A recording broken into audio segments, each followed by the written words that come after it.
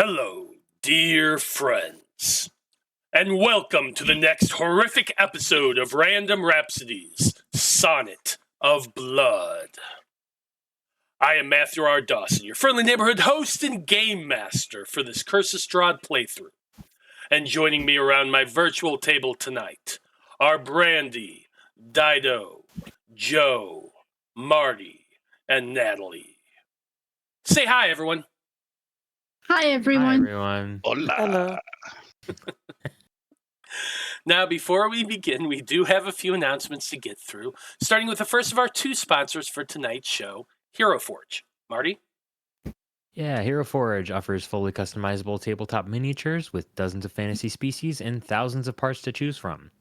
Their easy-to-use design tool lets you build your perfect miniature online using a fully 3D, in-depth character creator right in your web browser, which is where we built our tokens for this evening's game. You can build your own today at heroforge.com. Thank you, Marty. Our second sponsor for tonight's show is XSplit. XSplit is a high-quality virtual webcam background remover that works with your already existing webcam.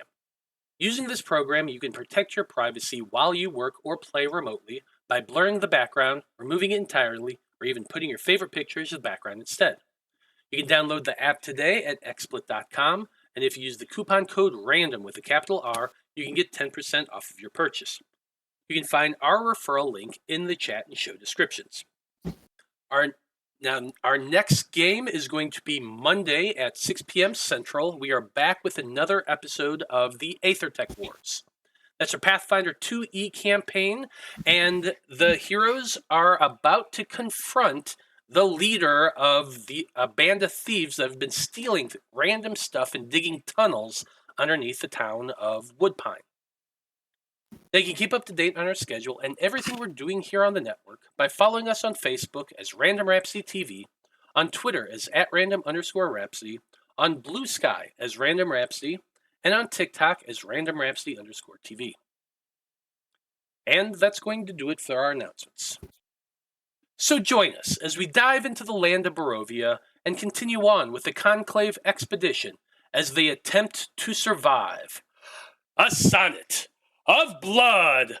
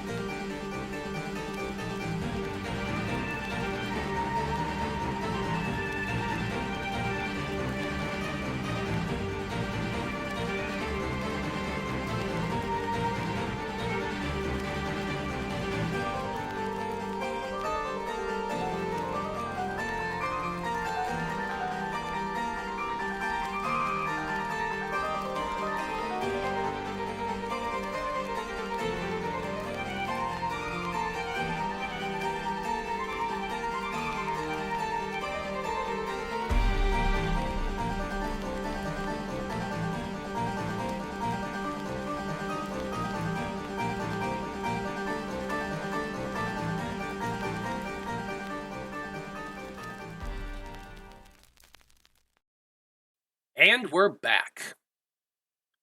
So by now you should know how we do our recaps. We offer up the Random Rhapsody coin, which is good for a free Nat 20 during the game.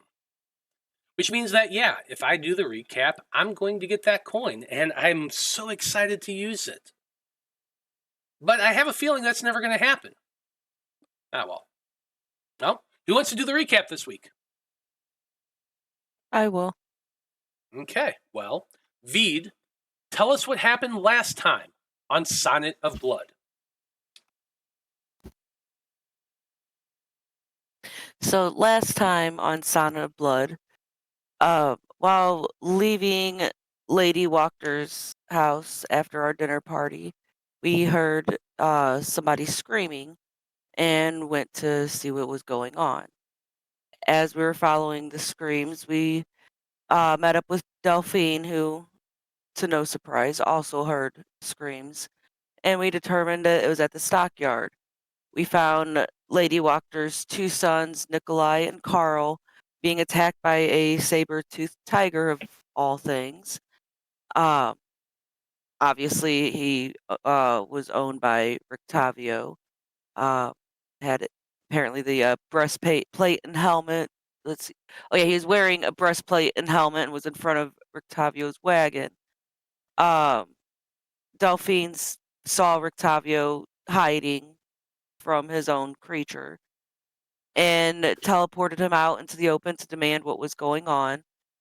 He let us all know, asked us all not to harm his tiger and wanted him back in the wagon, which would be all well and good if our good friend Carl didn't decide to hide in that particular place. We were able to eventually convince him to come out and get the tiger into the wagon and close back up. And oddly enough, there's a crap ton of wagons in that, or weapons. There are a crap ton of weapons in the wagon. Eventually, Carl did sort of apologize for what was going on, threw Mom's name around quite a bit, and promised not to say anything about what happened and about the fact that Rictavio has this saber-toothed tiger. Rictavio admitted that he trained it to attack Vistani and is keeping it to use against them. He believes that Vistani abducted his friend and mentor. So we'll see how that goes for him. We then returned to St. Andrew's Church to discuss how to deal with the sheriff so that Lady Walker can overthrow the Baron who torments the town with his strange, always smiling. Irina volunteered to help deal with the sheriff. Since he is so obsessed with her, she has a bit of a leg up on that for us, that we could hopefully get some help there. After a long rest, we then headed to Lake Zarovich in the morning to set upon our ambush of the sheriff while he does his morning patrol. Absolutely. Okay. Well, there you go. There's the random Rhapsody coin. Don't forget to use it. It's only going to last this session. Well, expedition members. As Vide said, you are all standing at the edge of Lake Zarovich, which is easily the largest body of water you've seen since entering Barovia. It's fairly early morning, and the sun is just starting to rise behind that ever-present canopy of dark clouds that always seem to linger like a depressing curtain, hiding the sun's friendly warmth. Although it's early, there are already a half-dozen fishing boats out in the middle of the lake. You have arrived with the intent of, waiting for Veros' sheriff, Isaac Strasny, who you've been told comes to observe the fishermen early in the morning while out on his daily rounds. As Vide said, Irina has joined you on this expedition, and she offered to help in the confrontation and possibly act as a distraction to the sheriff.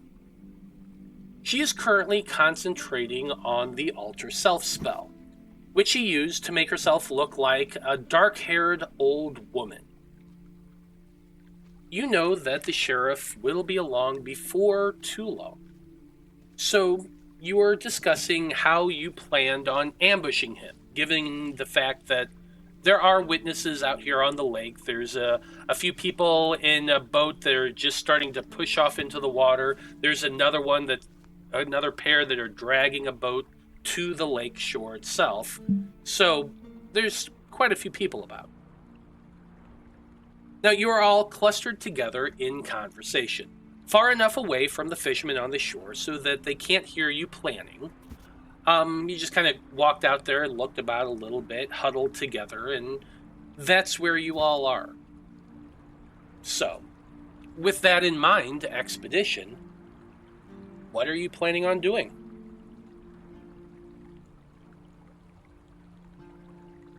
Well, we spoke last time about using the trees as cover and luring him there somehow, right? Yeah, I think that would be best. There's a lot of eyes around. We want to do this quietly. Quietly, so I should not use my gun then. Probably not. Good to know. Unless we have Danika make big boom noises out, like, in the middle of the lake at the same time.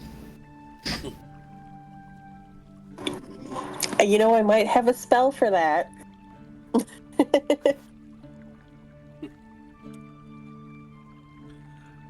Irina will speak up and say, if you are wanting to draw him into the woods, perhaps that could be my role. We wait for him to come, and if he sees me at the edge of the woods and I turn and run, wouldn't he naturally pursue me if he's so infatuated? My only thing is you getting caught. And I don't know about exposing you like that. I mean, I easily have a spell that I can look exactly like you. Or at least like what his version of the doll you looks like. Are these woods thick enough where, like, she could be at the edge of the woods, kind of go in a bit, hide, disguise self into something else? But we've got him lured in, so then, I mean, So I'm if gonna. if she turns into something else, then maybe he'll be like, "Oh, that wasn't who I thought it was," but then we can pounce. Okay. Well, let me kind of give you a little bit of perspective here on the map as far as where you all are. Okay? Make things a little easier for you. So, as you can see, you're right at the edge of the Sauvage, of Lake Zarovich, surrounded by the Sauvage woods. If you look to the left, where on the previous map you had just indicated, there is some woods there. It's not nearly as big of an area, but to your right, to the east, the woods are much thicker. So you could lead him in along that way, past, far enough back into the woods where neither the people on shore or the people in the town are likely to hear. So I think that would be one way to do it. Get him in there, get him far enough in, and then if she, can hide, and then disguise self suddenly. I don't know, how long does that take? How long does it take to do disguise self? Disguise self is instantaneous and it lasts for an hour. Okay, so yeah, if she's able to lure him in enough and then disguise self and look different, maybe we could, once he's lured in, that's, it'd be too late for him to back out. I could also cast magics on myself if I need to go faster, but I think it'd be easier for me to play a little bit more of cat and mouse than to put you in that kind of danger.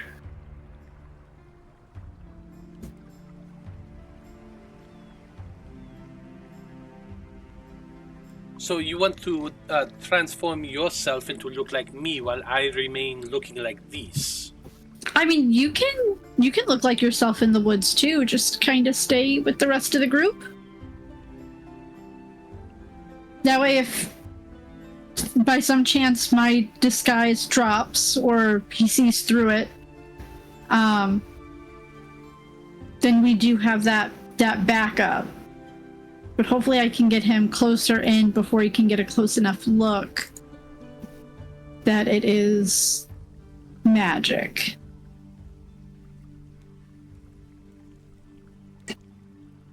So then, what should we do? Should we go into the woods and wait for you to lead the sheriff in?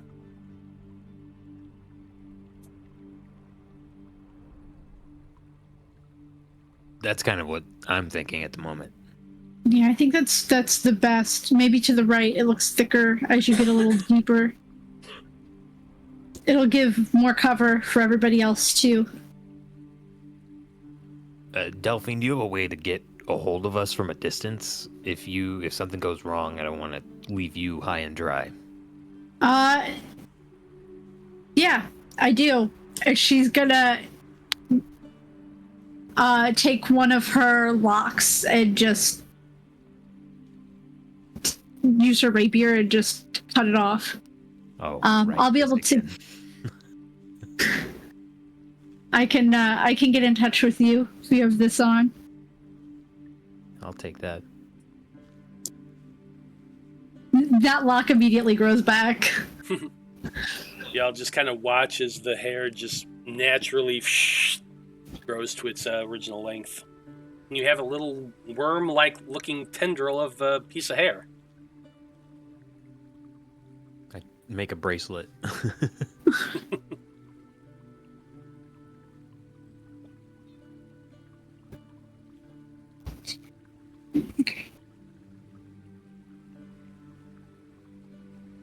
Okay. All right, well, so we should determine an ambush point and just lie in wait, I suppose. How deep do you guys want to go? Like, I'm sure I should be by the edge-ish. I mean, I definitely want to be far enough away that people aren't going to hear, like, the normal sounds of battle. okay. So, yeah, I guess that's kind of my question to y'all. How far is the group going to be waiting, and what are you doing in that area? I do have another map set up that's just woods. So what I need from you all is tell me how far out you're going to be. So that way we know how far Delphine has to lead the sheriff in. Oh, let's see. I can come with you so I know the actual direction that we need to go. That I need to lead him so I'm not going in the wrong way. Do we have anything that we could use that would, like, or do you feel like you would need, like, a trail mark or anything?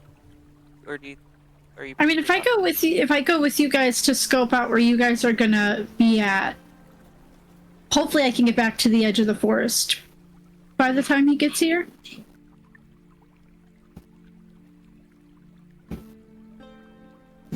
I can move pretty fast if I need to.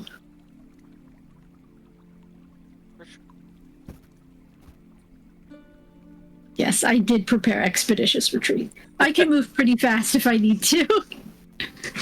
Okay, let's scope it out, y'all. Oh, and I have haste, so.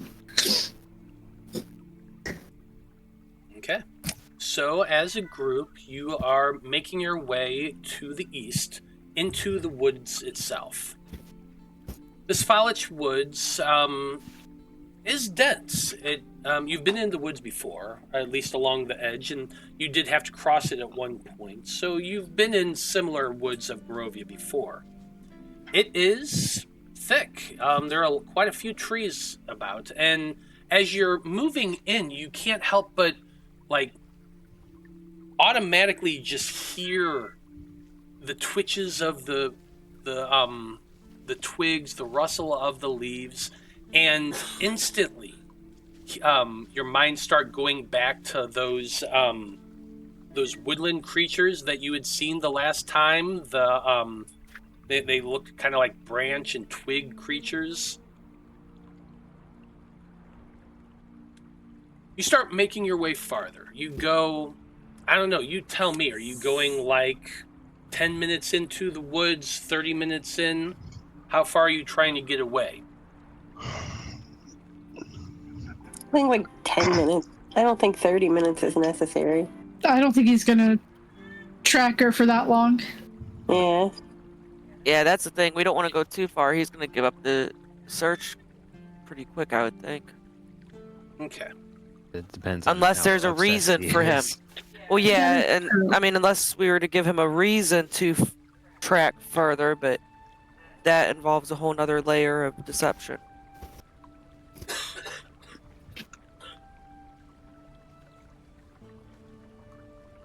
Okay.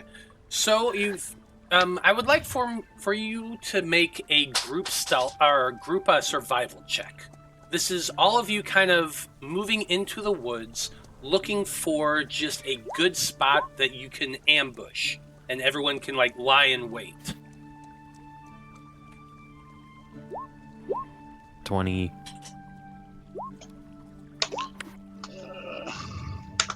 I mean, I guess it's a good thing I'm not actually staying and waiting. I'm walking through the woods.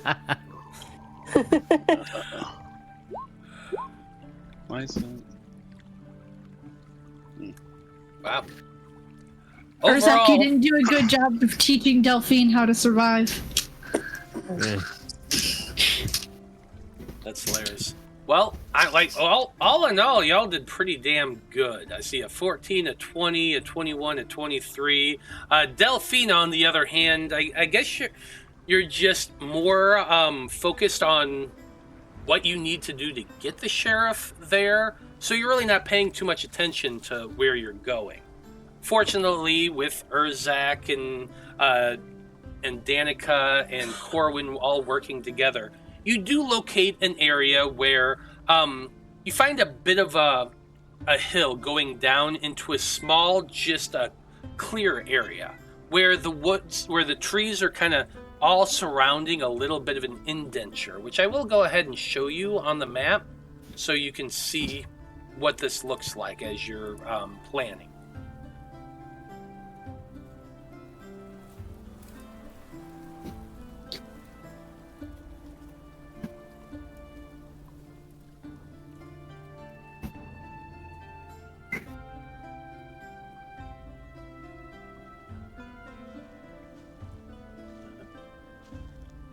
Not.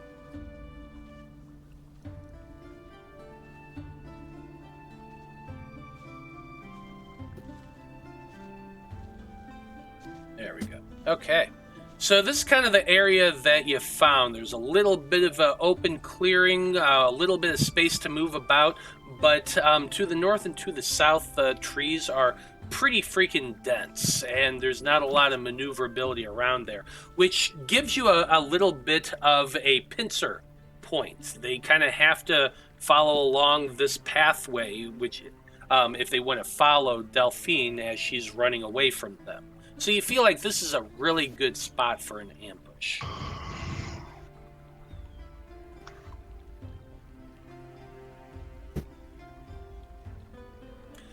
So at this point, Delphine, I suppose you're going to start making your way back and look for the sheriff?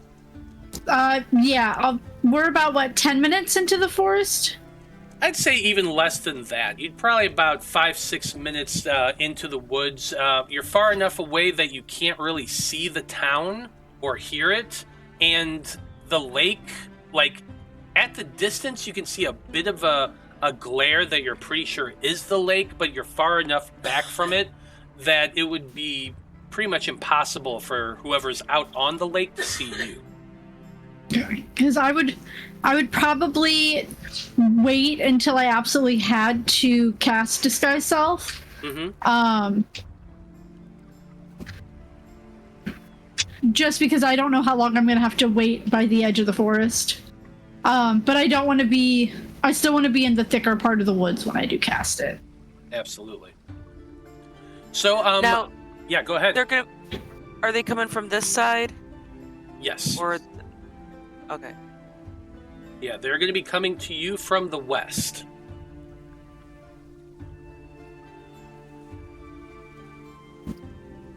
So I kind of want to probably hide behind this tree. Do you think we're far enough away from town that gunshots would not be heard, or do you think it would still probably be heard? I'll let you either make a insight or a survival check.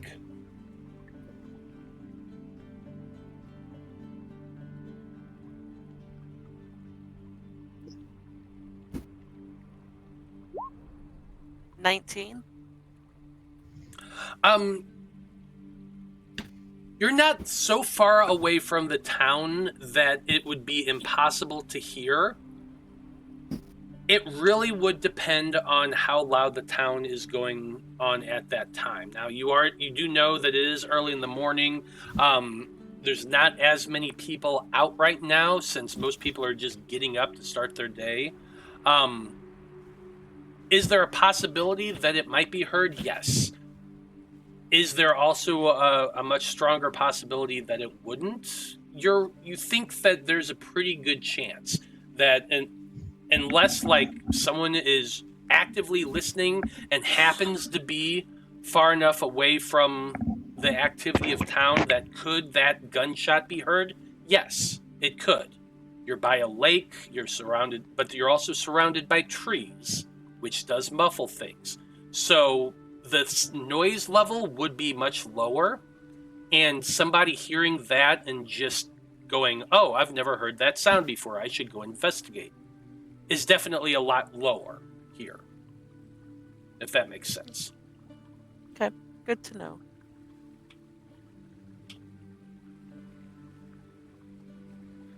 Where do you want Irina to be stationed?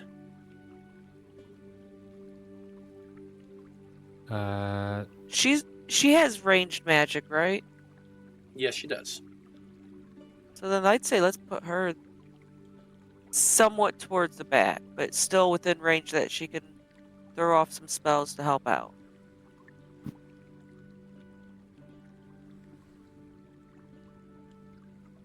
Okay, so maybe towards the back over here. Okay. Yeah, I think that might be a good spot. I was thinking there, or like maybe even here, but I don't know if this log right in front will block her or not. It wouldn't block her. It's not big enough to. She would be much better off hiding behind a tree than the log right here. Fair enough. Okay. Last thing I'm going to need from the group who are going to be hiding is stealth checks. Here we go. Now, since we're already hiding beforehand, and he is small, would the disadvantage still be in effect for him wearing heavy armor? Yes, it would. Well, Because think about it.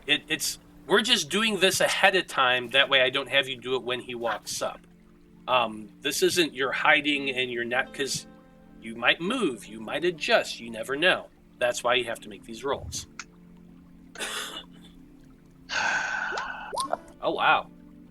Let's go, Irina. Irina, nat 20. well, shit. I guess Let's go, so. Cog.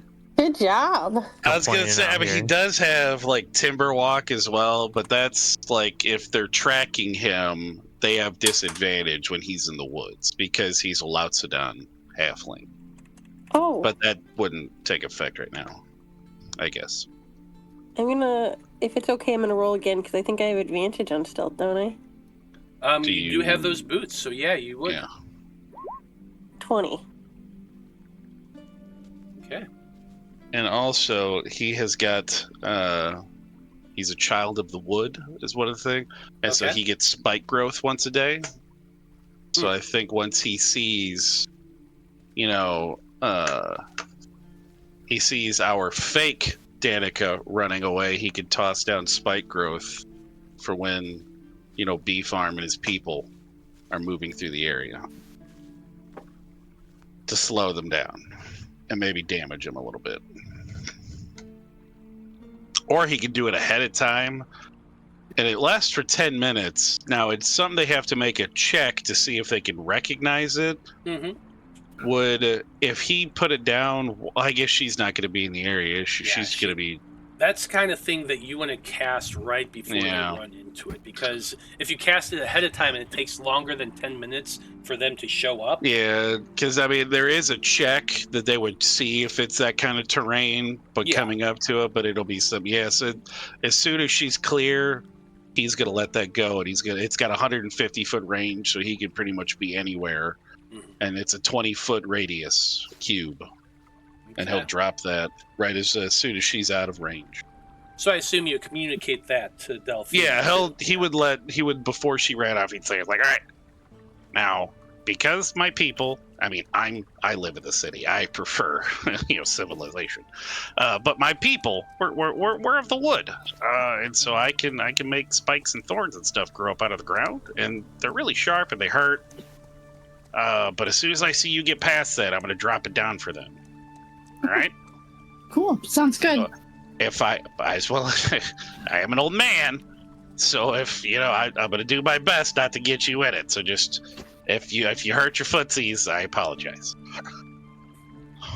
You think maybe like right about here would be a good spot? Yeah, I mean it's like I said, it's a 20-foot. Here, I'll drop it in chat. It's a 20-foot radius centered on a point. So I mean, he could drop it like right. I guess right in here to the center of it. It's right, kind of right there. So as soon as she gets out of the way, I guess he would probably put it right here. So another 10 feet over. So as soon as she's like right here, he would drop it. Okay. About how big is that radius? 20 feet. Okay, so I'm gonna at least keep like 20 feet between me and. Yeah, I mean, as long as you're ahead of them, yeah. Okay. Sounds like we've got a plan set up. Everyone else is hiding in their places, waiting for the trap to be sprung. Can we hold, like, I would like to hold, like, slow until everybody gets there and... So here's the thing. I can wait. You Okay, can't really do that. Okay. You can hold a leveled spell for until your next turn, but a turn is 6 seconds. Okay. So if you don't cast it within that 6 seconds, you lose the leveled spell. Oh, okay, that makes sense. Okay. Yeah, that's so okay. like you can hold a cantrip pretty much indefinitely because it doesn't cost you anything. But leveled spells, you want to wait to hold until you actually have enemies within range to use it. Okay, no worries.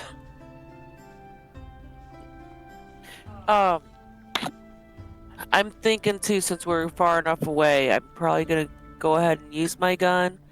I'm assuming the same rules apply though for like using my grit points and stuff. I'd have to wait until I'm like actually in the battle. Well, I think you have to just call it right before you make your shots. It's not something. It's like sharpshooter. Yeah. It's something you call out before you do. make your rolls. Yeah, so you can just have I have my gun ready. When I see the bad guy, I'm going to shoot him, and that's holding an attack. You can hold attack as long as you want because it's not a spell. Okay, so then then when I attack, if I want to do my Deadeye shot, I could just say at that point. Okay, with my held action. Yep, I'm holding my action. Here it is. You can make your shot. Okay, I'm using my grit point to do Deadeye shot. Just okay, like that. so that's what I'm gonna do. I'm gonna have my gun at the ready. I'm gonna have it like held up, but I'm not like aiming until I see her because I don't want to, get tired of holding my gun up. Yeah, absolutely. Okay. Oh, do we have a secret code sound that Urzak is gonna give us when she tells us she's on the way? If I could do like a bird call or something, I would, but... Oh, Pixar! Hoot once like a barn owl, twice like a screech owl. Caw, caw. Bird sounds. Yeah. Bird sounds. Bird sounds. Bird sounds. I love it. Just Urzak yells out from behind a tree, "Bird sound!" Like, what? pretty much everybody's like within eyesight of me, so I'll just give like a hand signal or something. There you go. Okay, sounds good. Okay. Well, let's get this started. Delphine, you are making your way back towards the lake. It's another 5-6 minute walk for you. I'm not going to need a survival check for this because you know where the lake is and you're fine. You make your way towards the lake, where you know that the sheriff is inevitably going to be walking down. If you are planning on being stealthy and hiding when you spot him, roll for me a stealth check. Absolutely not. I want him to see me and follow me. Okay, so then the only thing I want from you is a perception check.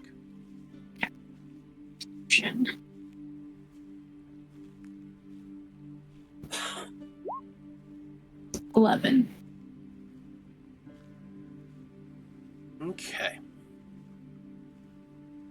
You're making your way towards the lake.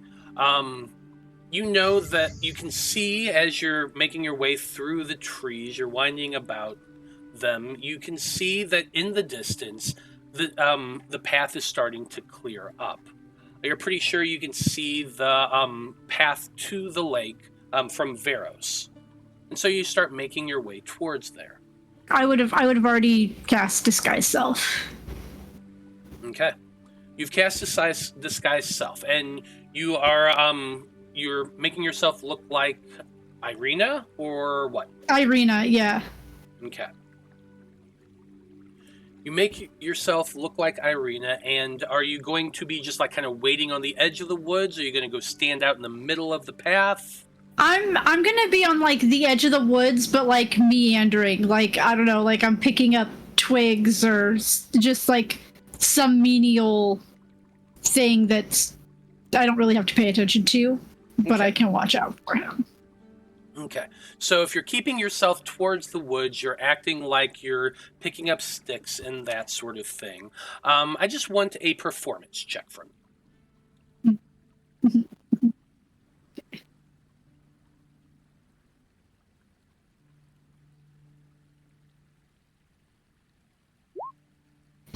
Can please roll above a 10, please? Just at all tonight? I mean, you did. You rolled an 11 for perception. Yeah, but that was a +2, which means I rolled a 9. That's true. That's true.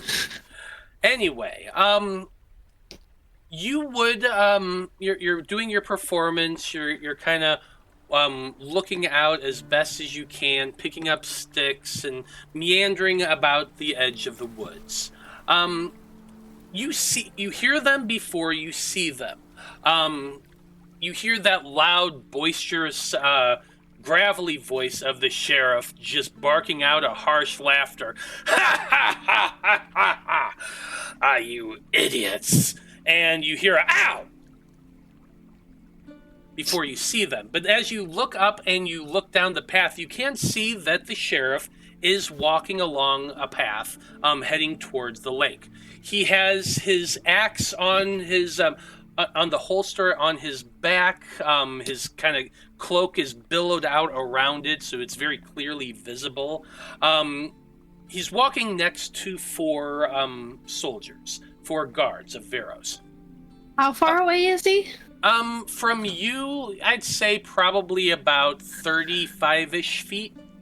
Okay, I'm gonna this I'll probably try and do stealthily. I mean, I think I'm still far enough away that he wouldn't notice anyways, but I'm gonna cast Expeditious Retreat on myself, just in case I'll need it.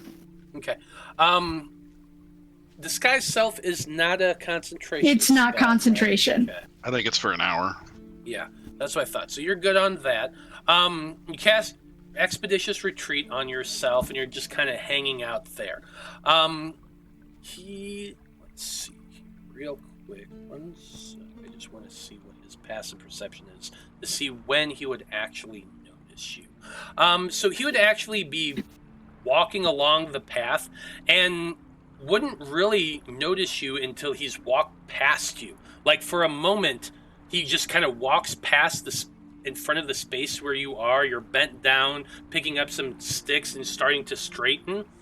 And he, like, walks right past and doesn't even notice you. However, fortunately, one of the guards does, and the guard kind of stops and looks at you for a moment. And that's enough for the sheriff to stop and turn around. What are you doing? And then his eyes lock on you, Delphine. And for a moment, he just stares. I'm going to have him make a check real quick.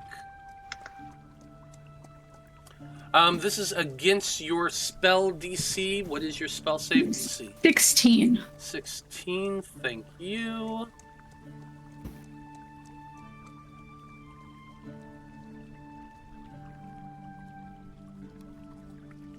He looks directly at you.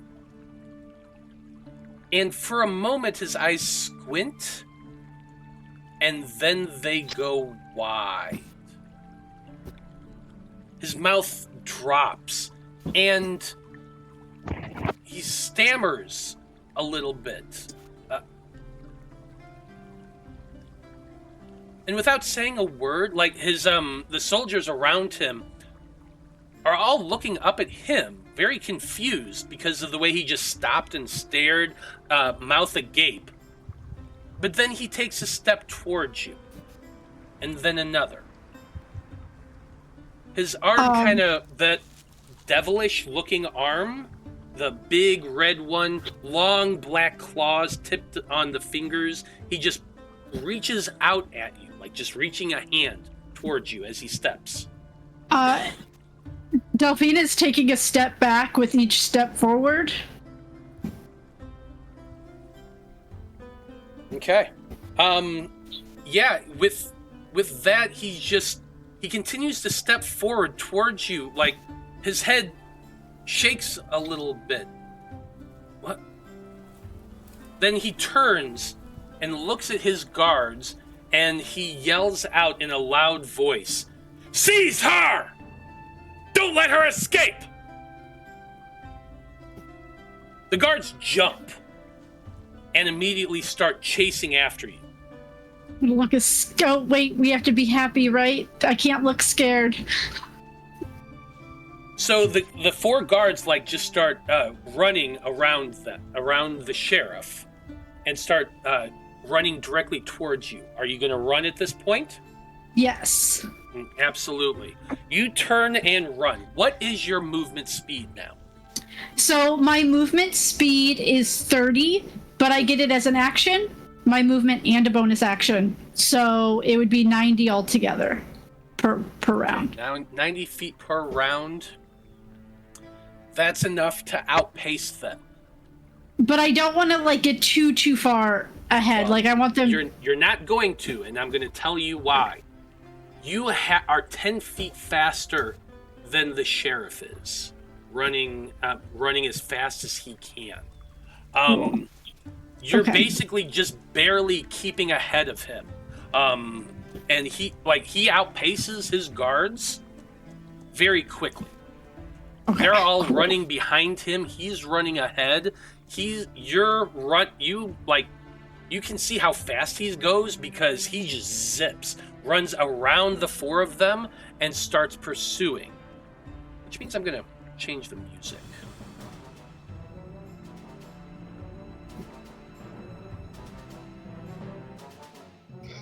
Here we go. So he's about 10 feet behind me after each round. Yes, after each round. Well, if you're not, I imagine you're keeping that distance. So you're a little faster than him. You would be able to maintain that without an issue. What is the farthest away from him I could get with my movement? Because I know Cog's thing is 20 feet. Yeah. So each round you can basically go 10 feet faster than him. His is full 80, yours is full 90. So 80 feet, 90 feet. Second round, another 80 feet, another 90 feet, which puts you 20 ahead of him. Gotcha. point. So the next round you'd be 30 feet ahead of him if you maintained running full pace. Gotcha. So you could every round you would basically get 10 feet ahead of him without an issue. He can't do anything beyond that. Okay. So how far do you want to maintain? I would like to maintain 25 to 30 feet. But I also will need to be able to get a message to them as well. Okay, so you're going to have to kind of like... I'm going to have to use an action. So one of my turns, I'll only have 60 feet. Gotcha. But Okay. I want to make sure there's enough space that I'm not necessarily going to get caught. Okay. Well, we're going to have to do one more thing before we get to that point. Because since you're running full speed to try to keep gaining a distance, so that way you can use your thing and still maintain a distance ahead of him, you're running at full speed through the woods. That's not too easy. I'm going to have you either do athletics or survival check. I'm going to need 2 of them. The DC, I'm going to tell you ahead of time, so you know whether or not you succeed or fail. It's a 13. Okay. You need to roll 2 13s to be able to not, like, trip over a tree root or something. My survival is a +2, so I will roll that. Come on, 13. 11. Ouch. Again, I can't roll over a 10. So, you're trying to run as fast as you can. You get about 40 feet ahead of him. And as you're running, you're looking for a place where you can stop and use your hair to communicate with your friends. As you're looking for that, you trip and go sprawling forward. So you're prone, which means you're going to have to use some of your movement to get back up. He hasn't caught you completely, but that gap has now closed. He is only 10 feet away from you, so you have to keep running more to get closer and closer. Next survival check. Hold on. So I was able to use my hair to let them know there's Not yet. what I would. Not okay. yet. Unless you, like right now, he's 10 feet ahead, behind you. If you were to use the hair now, he will definitely catch up. I'm going to cast Haste on myself. I'm going to drop Expeditious Retreat and cast Haste on myself. Okay. What does that do? What's that gonna is that gonna? It's gonna double my movement. Okay. And give me basically an extra turn. If I can find it on here, I will. Where so are that you? will take your movement speed from 30 to 60. Mm-hmm. Using your Where are action you? would make it There we go. There it is. would make it another 60. That would be 120, and it gives you one more action. So you would have to cast it and then use another 12 seconds to get ahead, but then you'd have that extra action to use your hair. Yeah. Okay.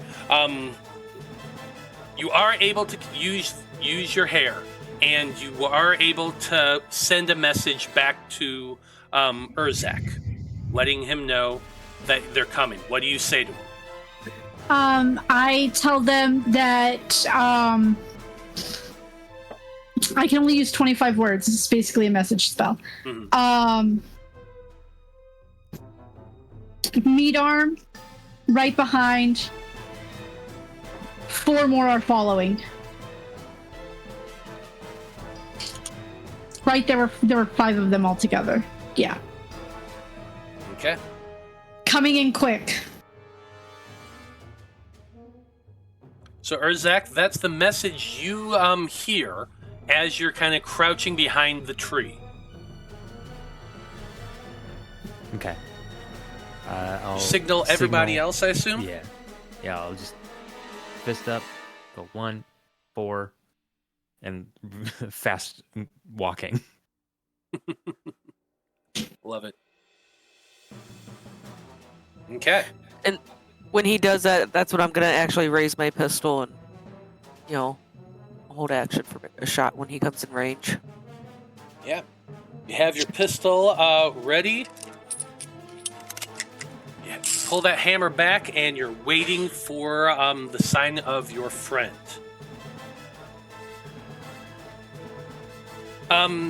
Delphine, I need that second survival check from you now. Yeah, hold on.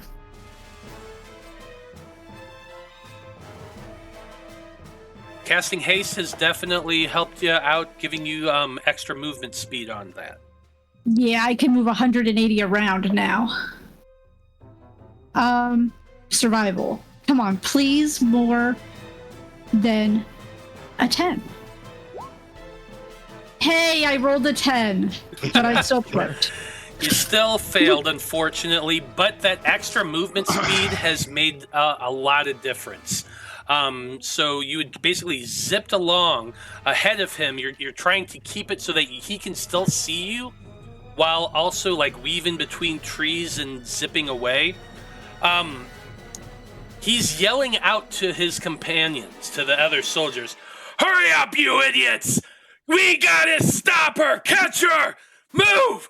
I will have your hides!" As he's running.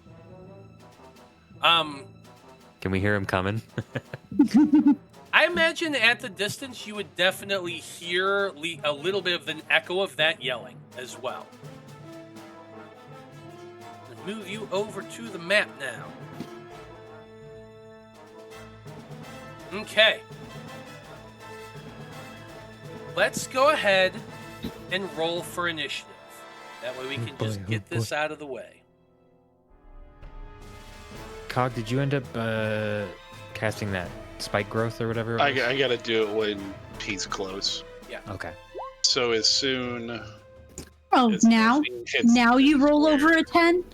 As soon as Delphine gets right here, he's gonna cast it. Then she'll be at least 20 feet away. Well, from where he's gonna cast it. Alright, I picked my token, but it didn't put on the turn order for some reason. I got a 19. What's up, puppy?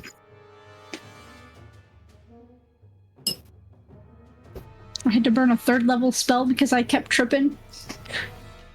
No, they just be tripping. Damn! Sorry, I couldn't help myself. Oh, shit. Oh, well. Anyway, okay, everybody in except for Irina. Let's get Irina in.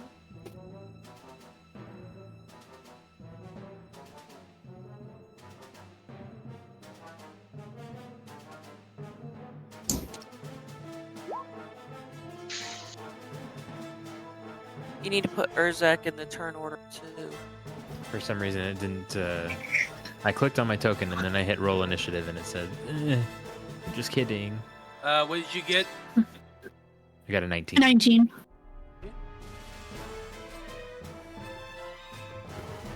Okay, I think we're good to go here.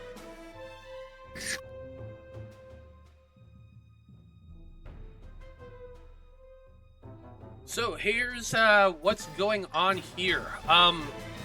Because of the amount of speed that you've been using, Delphine, and all that, you're going to be definitely getting on scene before everybody else does. You know that the sheriff is still hot on your trail.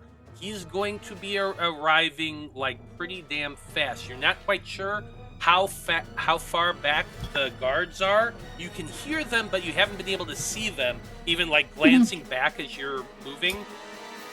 At least a round away, maybe more, you're not quite sure. But that's where you're at here. So, let's go ahead and get things started. The first person in turn order is Danika.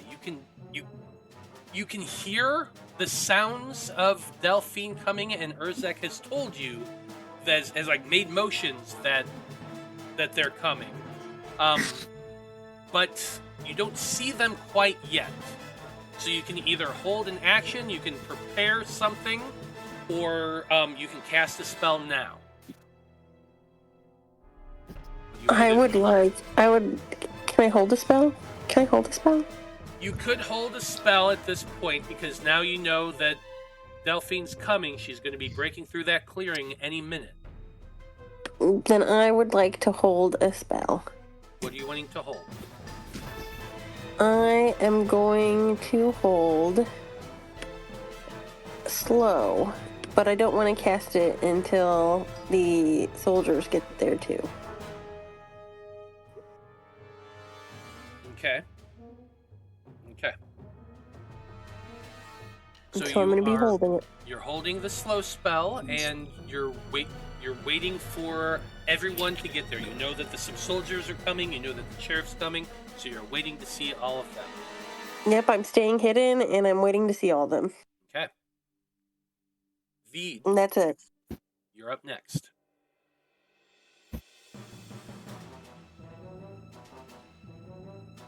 I'm just aiming my gun, and as soon as old Beef Arm comes into range, I'm shooting him as close to in the head as I can.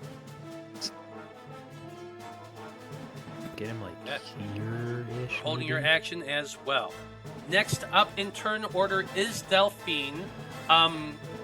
You are technically not on the map yet. You are about 60 feet away from it. So you will have to use some of your movement to get to right where you are on the map. Okay.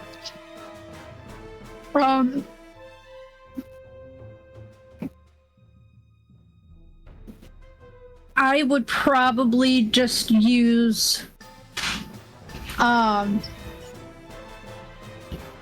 because I still want to keep him like within 30 feet.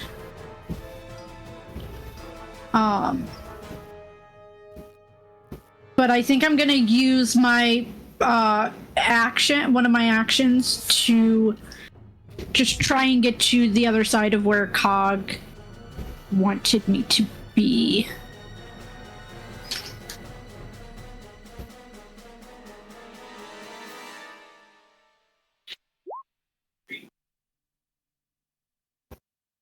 Will that be good, or do you want me to move a little bit more? You asking Cog? Yeah. Yeah, right there I'll be fine, because I put a little dot on the thing with the right here, so that, you know, and 20 feet away from that is where I can drop it. I mean, but now, if you're that far ahead of him, I mean, I can drop it anywhere there now. But yeah, you're clear. Okay. Because if I need to move more, I can move more. And I'll pull you're out good. my rapier. And I think that'll be my turn, because I don't want to go too much farther now that we're in the right area. Okay. Urzak, it is your turn next. You've seen Delphine. I lied. Oh, okay. I'm gonna bonus action Blade Song. Got it. Bonus action, Blade Song. Get yourself in that stance. You have your rapier ready. And Urzak, you just saw Delphine come charging into the clearing. Okay. I am not super interested in giving away my position at the moment. I can't do anything from range. I don't have anything to prepare. I'm just going to hold until my next turn. Okay. Are you just holding an action to... Are you just waiting? I'm just waiting. Got it. Okay. Next up, Corwan. Actually, I'm so sorry. Yeah. Can I hold something that's a bonus action or no? Yeah, you're not supposed to be able to hold a bonus action. It's just an action. Okay, then no. Corwan. He's just gonna hold spike growth for when he's gonna dump it right here. That's gonna be it. But when I guess B farm gets to right about there, I'm dumping the center of it right there. Okay. So it'll be 20 feet radius of that square. As Okay. soon as he gets within 10 feet of it. And Irina, on her turn, is she is holding her action as well. She just has a what's it called? Right. Yeah, Sacred Flame. She's holding a Sacred Flame. Takes a little bit, but after a moment, you do see Urzak coming charging forward. He is going to end right about here. With it. It's not this thing I wanted to use. I got to measure based off of where Delphine is for how far he can get. Math in my brain.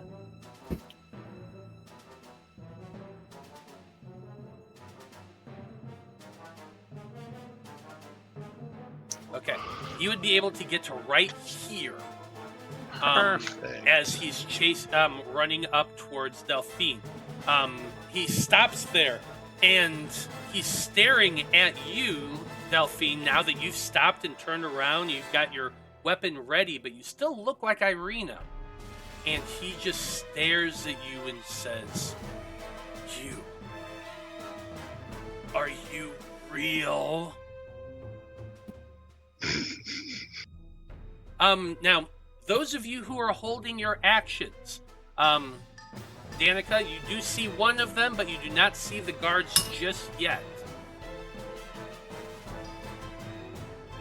However, I will also point out that your turn is coming up soon at the top of turn order, and if you don't use the spell by then, you're going to lose it.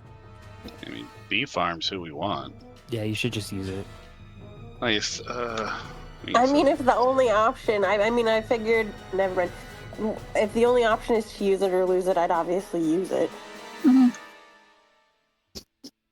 I guess I'll pull out my circle. Okay. Yeah.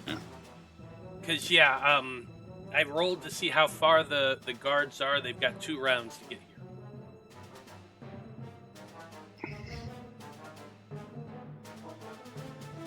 So, let's see here. Basically, everything's happening at once. He was not, he was aware that something was going on, so this is not a sneak attack round. But he was not expecting a bunch of people, and while he did see some of the movement, I think somebody rolled a 12, Urzak, or like... Urzak, what was your stealth? Was it 12 or 14? I think he had a crit, didn't he? That was my survival. Yeah, Urzak had a natural 20.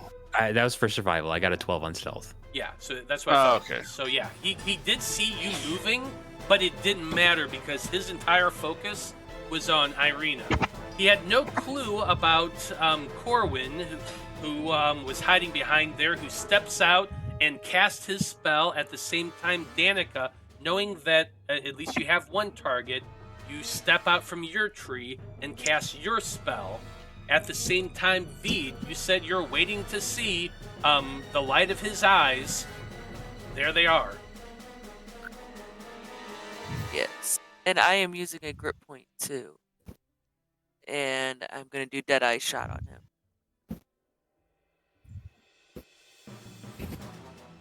Okay, Danika, what is your spell save DC?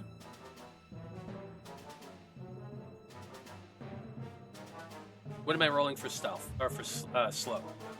15. What saving throw? Let me look. Wisdom. Wisdom. Thank you, wisdom. Let's see. The spike growth just basically shoots upward as as he stops. Suddenly, shing! All around him. It's difficult terrain, and every 5 feet, it's 2.4. It's 2d4 damage. Yep, for every 5 feet he travels. At the same time, he needs to make this wisdom save.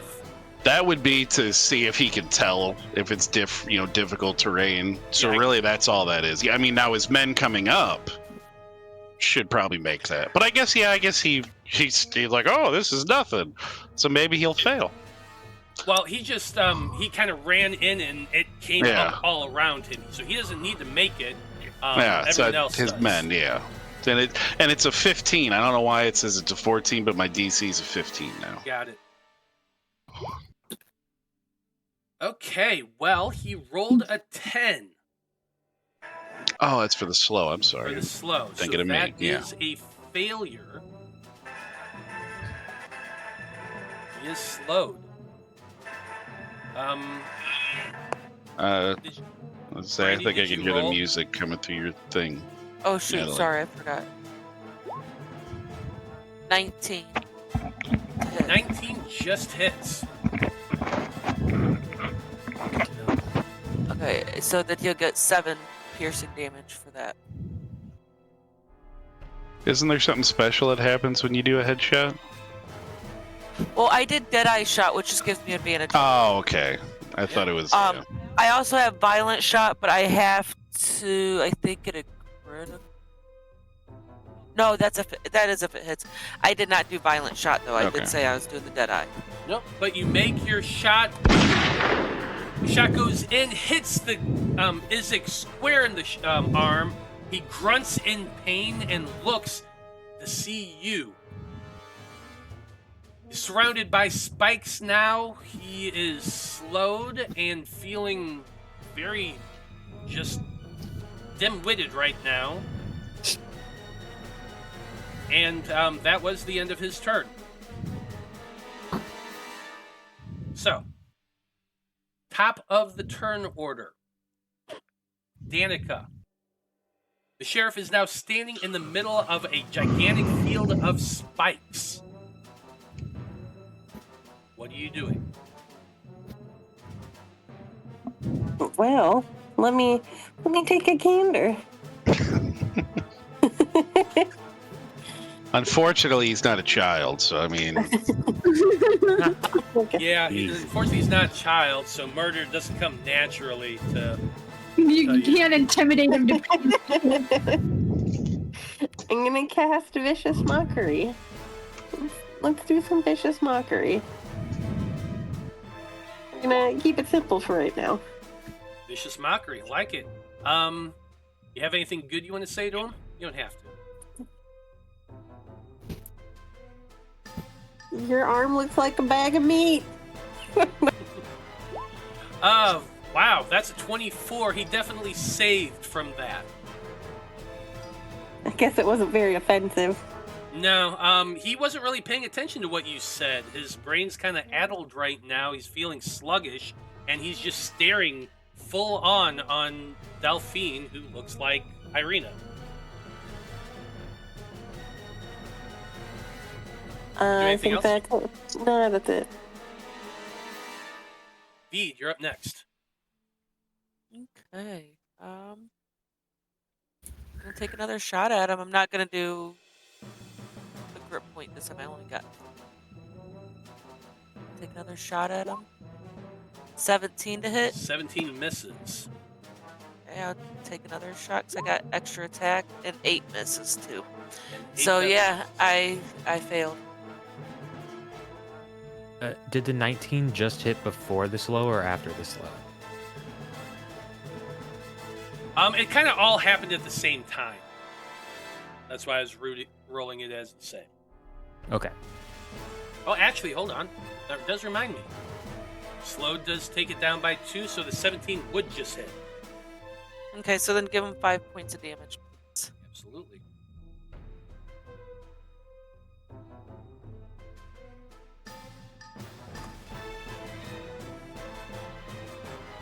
Okay.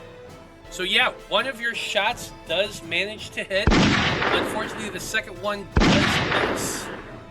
And how's he looking other than like slow and addled? I'm assuming he doesn't have that much damage yet. I mean, he's got 2 bullet holes in him right now, but that's really about it. Bleeding a little bit. Okay. I'll save my action surge for later. Okay. Delphine, you're next. He's not really close enough to do what I want to do. but I'm also not going to walk into the circle that I know is on the ground somewhere. So let's just hurl a firebolt at him. Can you not see it? No, I can, Oh. but in character, you don't see it. Yeah. I got you. So I'm just gonna hurl a firebolt at him.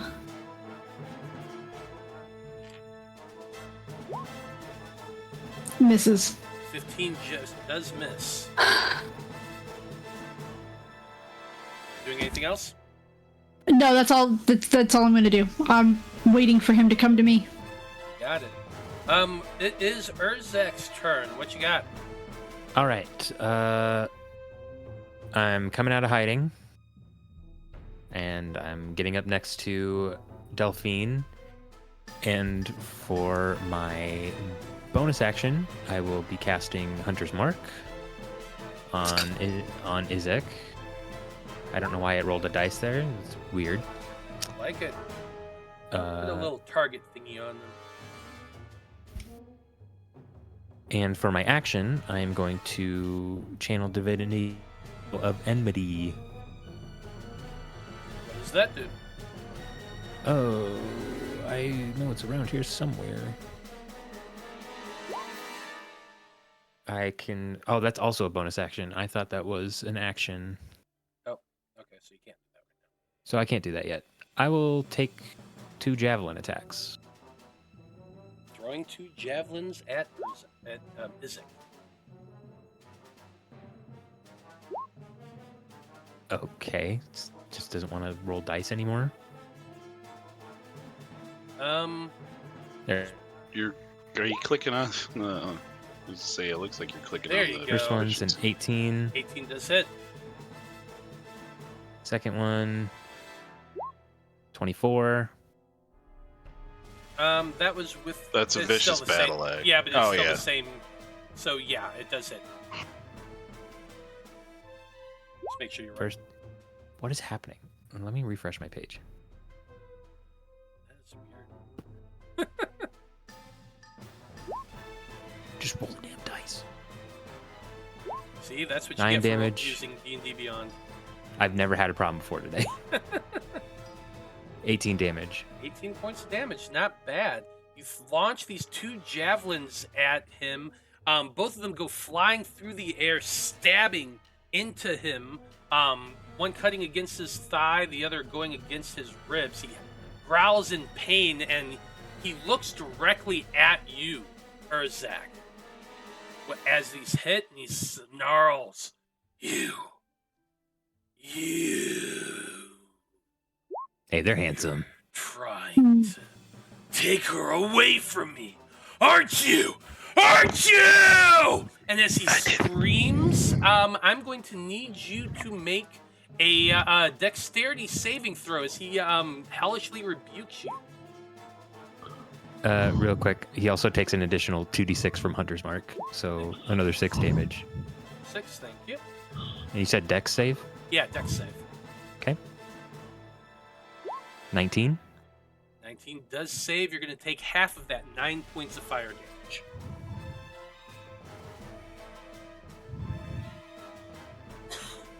So, okay, yeah.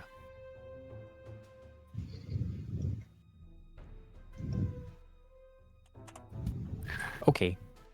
Okay. Next up, Corwan. Alright, well, if he's gonna scream out and make me all big and bad, Corwan's he's within 60 feet, he's 50 feet from him, so he's gonna toss out a Toll the Dead on him.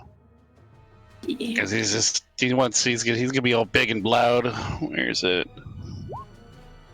Ooh, wow, that's a whole lot of 2 on him, but still, it'll tell him he means, you fucking bastard. Fucking beef-armed asshole.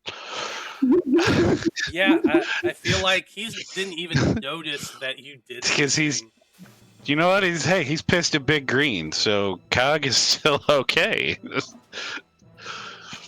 Alright, I guess as bonus action, since that was a cantrip, he'll toss out a spiritual weapon right next to him. And I think we'll just. You know what? It's gonna be his skeletal raven, Eric Draven, the skeletal raven. You know what? You knew when you asked me to be in one of these campaigns that you were gonna get shit like this, all right? So this is on you. Oh, it's And on then you me. people keep laughing at things. It's on the rest of y'all, all right? I'm sorry. But yeah, that and I then don't know. That just sounds a lot like victim blaming to me. when he puts it out there, he'll swing with it, and it's 25 to hit. Oh, and why is it? Can't really see it very well, but it's right there. And that's 6 force because he's just doing it at a second level. So Okay, yeah. 6 force on him. There's your little So that- birdie. 6 points of force damage. Your little skeletal raven goes flying at it. Urzak hits him against the side of the head. He growls a little bit. Takes that 6 points of force damage. I want to say Cog would growl at him, but he wants to stay quiet. He wants him focused on Big Green, so he's not gonna shout out loud. So that's Cog's turn. Irina is gonna have to move out from her hiding spot to actually do something useful here. 5, 10, 15, 20, 25, 30. Not even. So I think what she's gonna have to do is.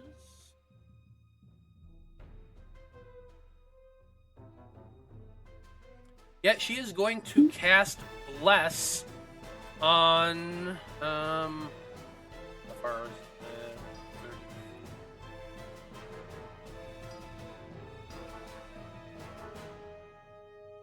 Yeah. Can't do anything. Would it work better if she's up this way? Well, Would she she doesn't get a have better enough angle? movement to.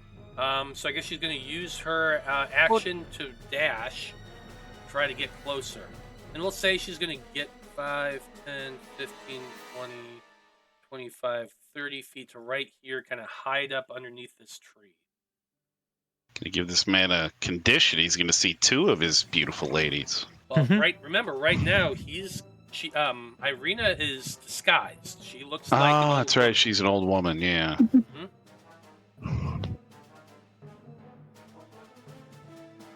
Now we're down to Urzak's turn. I'm going to make another check because, a lot's happened. He's been attacked multiple times. The Irina that he thinks is Irina just shot at him with a firebolt. So he is going to make a perception check against your spell DC. I don't know who the fuck you are. You just chased me into the woods. What is your spell save? 16. You? 10. Still thinks it's you. Love that. So, still thinks you or she, I should say. Anyway. You're some weird guy who just chased me into the woods. I mean, I guess we're getting down to one of those questions. Would a woman rather meet a bear or a guy in the woods? Well, I mean, I've met both. look at his big ass bee farm. I mean, he's kind of bare already. Okay, next thing I need to do is make that wisdom check about the spikes around him. It's 15 Thank is you. mine. And That so one he does note. He knows they're spikes, but it's still difficult terrain, so he's still gonna take damage when he moves. It is still difficult terrain. So, Ooh. And he's slowed, so I guess I guess slow would be at the end of his turn, wouldn't it? mm-hmm. Yeah, Well, alright. I mean, it affects certain things, and yeah, he will have to make that 'Cause save it's- at the end of his turn. Yeah, And it's he half doesn't- speed for slow, and it's difficult terrain, so I guess would he be going at quarter speed? He'd be at quarter speed. I need to see what things. He also technically can't use reactions, so he wouldn't have been able to do Oh, wait a Hellish minute. Rebuke. He cannot do reactions. You're right. So go ahead and put yourself back up by 9. He was not able to do I like the flavor though. It was good. Yeah. It would have been a lot cooler if he didn't have to ruin things for me. God. Darn. What I Resident needed. rules lawyer here to ruin your day. Let's see. When you make a jump cover.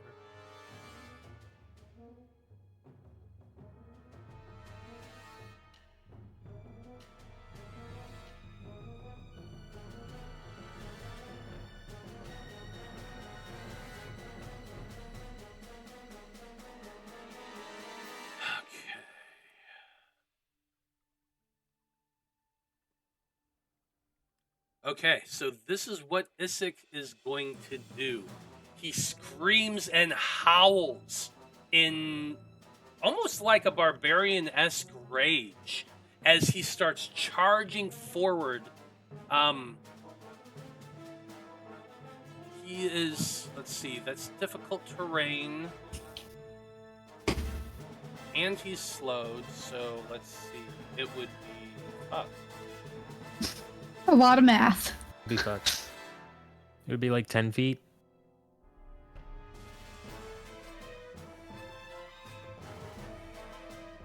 Basically, it would be 20 feet for 5 feet. If I'm doing this math right. Well, it would suck. No. It goes half and then half again because the two things. Difficult terrain is half, and then slow is additional half. That cuts it down. Yeah, so it would have, each 5 feet would be 20 feet. He can move 40 feet. He's going to have to use his action to do this.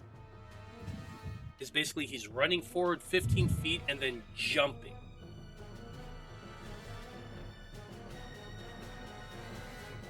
So this is going to get him out of the spikes. However, he is going to be taking 15 feet worth of damage. So go ahead and roll that. And it'll be 64. I wish it was 64, but ooh, it's still pretty good. It's 15. Yeah, he takes 15 points of piercing damage as he just goes charging forward 15 feet and then jumps at his full might, landing right here.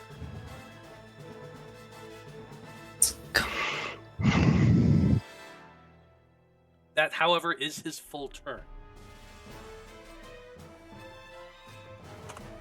And he looks kind of bloody right now. He's got a few holes in him.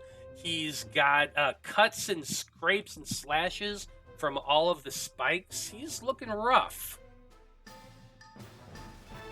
And at the end of the round, you would be able to see a bunch more people come running into view, which I will go ahead and add on the map now. Those same 4 guards that have been chasing after their boss finally make their way to the clearing. So they are now in turn. And it'll be a 15 for them to recognize the spikes are dangerous. I need to make Urzak do another slow save.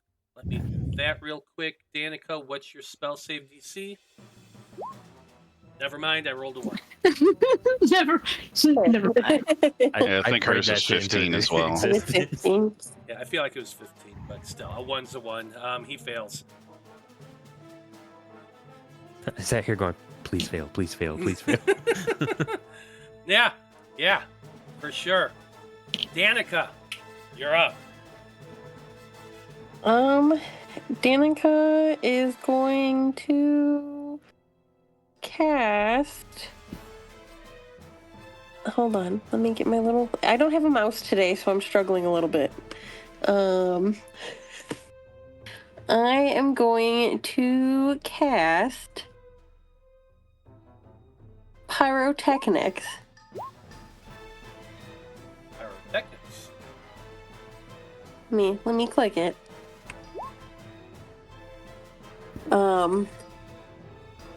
And I am going to do the fireworks, which I'm going to do right between these 2 guys that are closest to me. Okay. My little 5-foot cube. And they have to succeed on a Constitution saving throw or become blinded until the next turn. Okay, so choose an area of non-magical flame that you see that fits within a 5-foot cube. So you need an area of non-magical flame to do the spell. Oh, okay. Well then, I could do the smoke, can't I? Let's do smoke for from in Well, a 20-foot radius. Can I do that? Either way, you need the fire. The target is Oh. an area of non-magical flame that you can see that fits within a 5-foot cube, within 60 feet of you. There's no Well, magical. damn There's it. no fire right Well then, I guess I'll cast Shatter. now. That you can do. That always Urzak, works. Urzak, set yourself on fire. Help her out. Yeah, please. Here's Come on. There's Take one for the team. Help a sister out. Throw a torch at them. That would actually True. work. Wouldn't that be No, wicked, though? You know, a flaming half god or half orc. You know, just that'd be awesome. Think of the intimidation factor. Okay. That orc is on fire. Oh, by the way, not that it really matters too much, but I did roll some wisdom saves, and only Yeah, I one saw of them that. succeeded for noticing the spikes, so that's fun. Wisdom save from the 2 guards.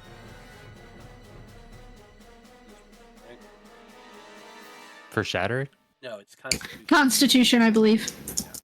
Constitution from them. Here's 1. That's a 4 failure.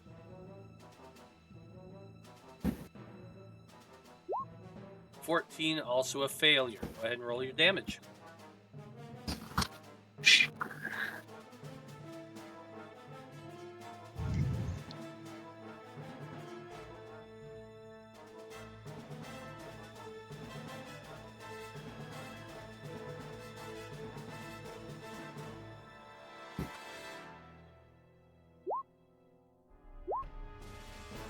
Yep, I'm going to take the first one. That's 23 points of damage.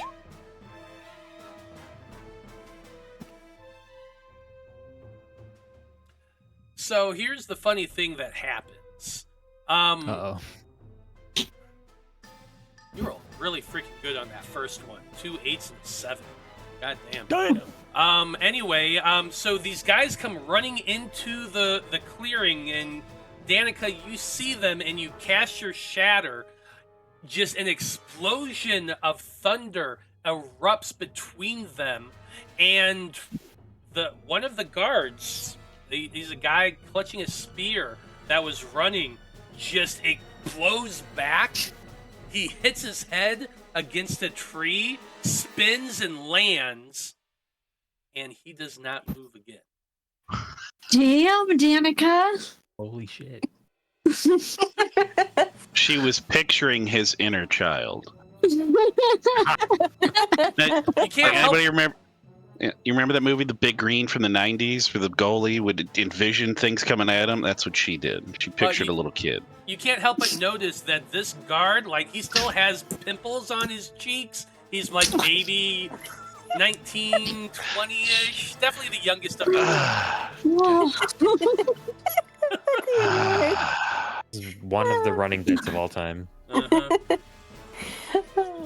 That was your action, Danika. You doing anything else?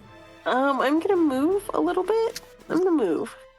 I'm gonna go 5, 10, 15, 20, 25, like 30 feet. Right over here. 30 feet. We're jumping over the log and around a tree. Absolutely. And I think that is okay for right now. Absolutely. Vide, you're up next. Okay, I mean, I'm just gonna keep taking shots at old bee farm here. I want to get him taken care of. That misses. I'm assuming both miss. Unfortunately, yeah, both do miss. Alright, I'm gonna go ahead and... You said he's looking pretty hurt now, right? He's definitely looking hurt. I think I You do might have go that ahead- natural 20. I do have that natural 20. Could use that. Yeah, you know what? Can I go ahead and use my nat 20 instead of that 15? Yeah, you can use that nat 20 instead of the 15 using that random Rhapsody coin. Okay, and then what do?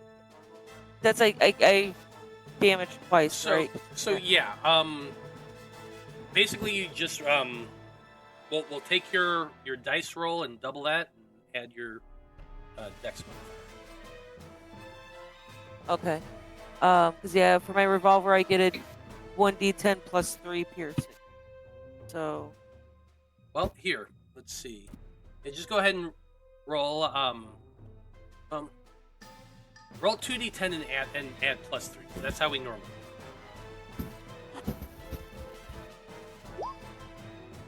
Okay, so 13 plus 3 would be 16.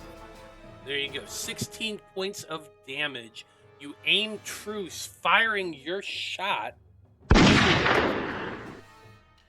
Urzak takes it in the shoulder that was reaching out towards Irene, or the fake Irina. He wheels and looks at you and...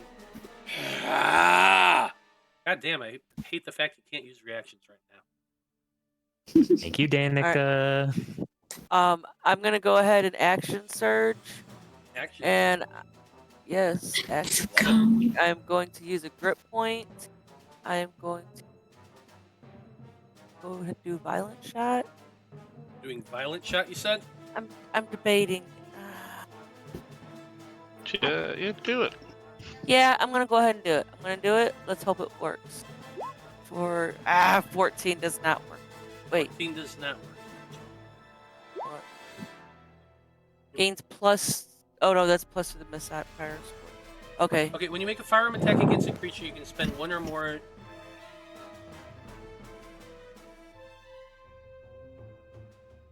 Crazy if you. Oh yeah. Hit. Yeah, so- I think it's just if it hits. If it hits, then you. If get it hits, that's when I get to use. So you have to use the I- grit point first. So it did cost you a grit point, but you did miss. Yeah. Gosh dang it. Get him. But I will remind you, since you used the coin to give yourself a free 20, that did earn you a grit point back.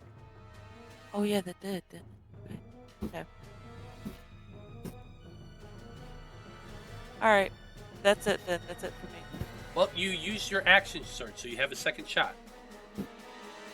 Oh, it gives me 2 extra shots? Yeah, it just gives you an extra Oh. attack action. So an attack action allows you to shoot twice. Oh, gotcha. Okay, I'll go ahead and... You know what? I had a free grip point. I'm going to use it again. Violent shot again. Come on. 19. Yes. There you go. There you go. 19. Okay, So- but here's the thing. So I got to do another... Well, it looks like you roll an additional weapon damage die, so just add roll another d10. We'll add that to the 10 you already got. 1. Wow.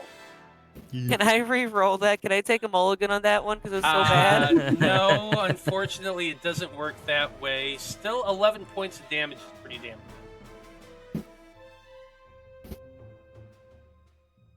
Okay, and then I think that's it then.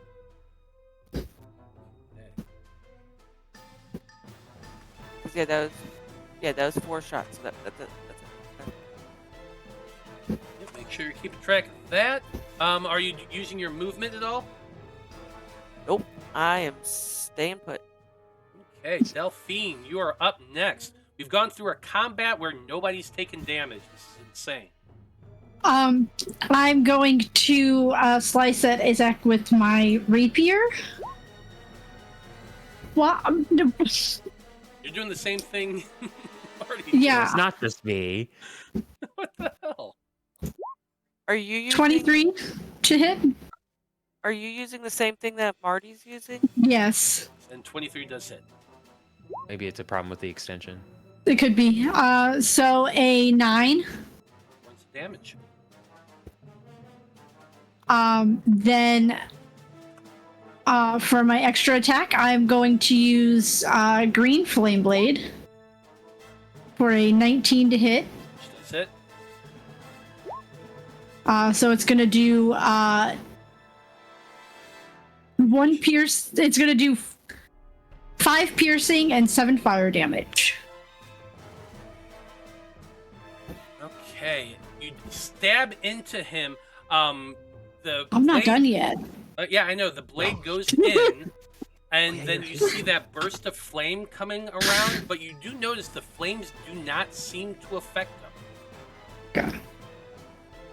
And then I'm gonna come in with my hasted attack to hit him with just the regular rapier again. For 22. That also hits. Nice. 7 points of damage. All right, so I won't use green flame blade next time. That's good to know. See, we're learning things. We're learning. You stab him twice, or 3 times actually, and he looks at you. Why? Why do you hurt me? Ah! You're some guy I don't know who just chased me through the woods. No, you know me. I dream of you. You know me. I'm gonna look back at Irina when he says that, asking, do you know this guy? Irina is watching and sees this, and she does a shrug. I have no idea. I do the same thing. I don't know you. Urzak, you're up next. All right. So bonus action for real this time. Valve and MIDI. So now all my attacks for the next minute on specifically Urzak have advantage. And then I will start taking attacks. First attack. Say 26 to hit.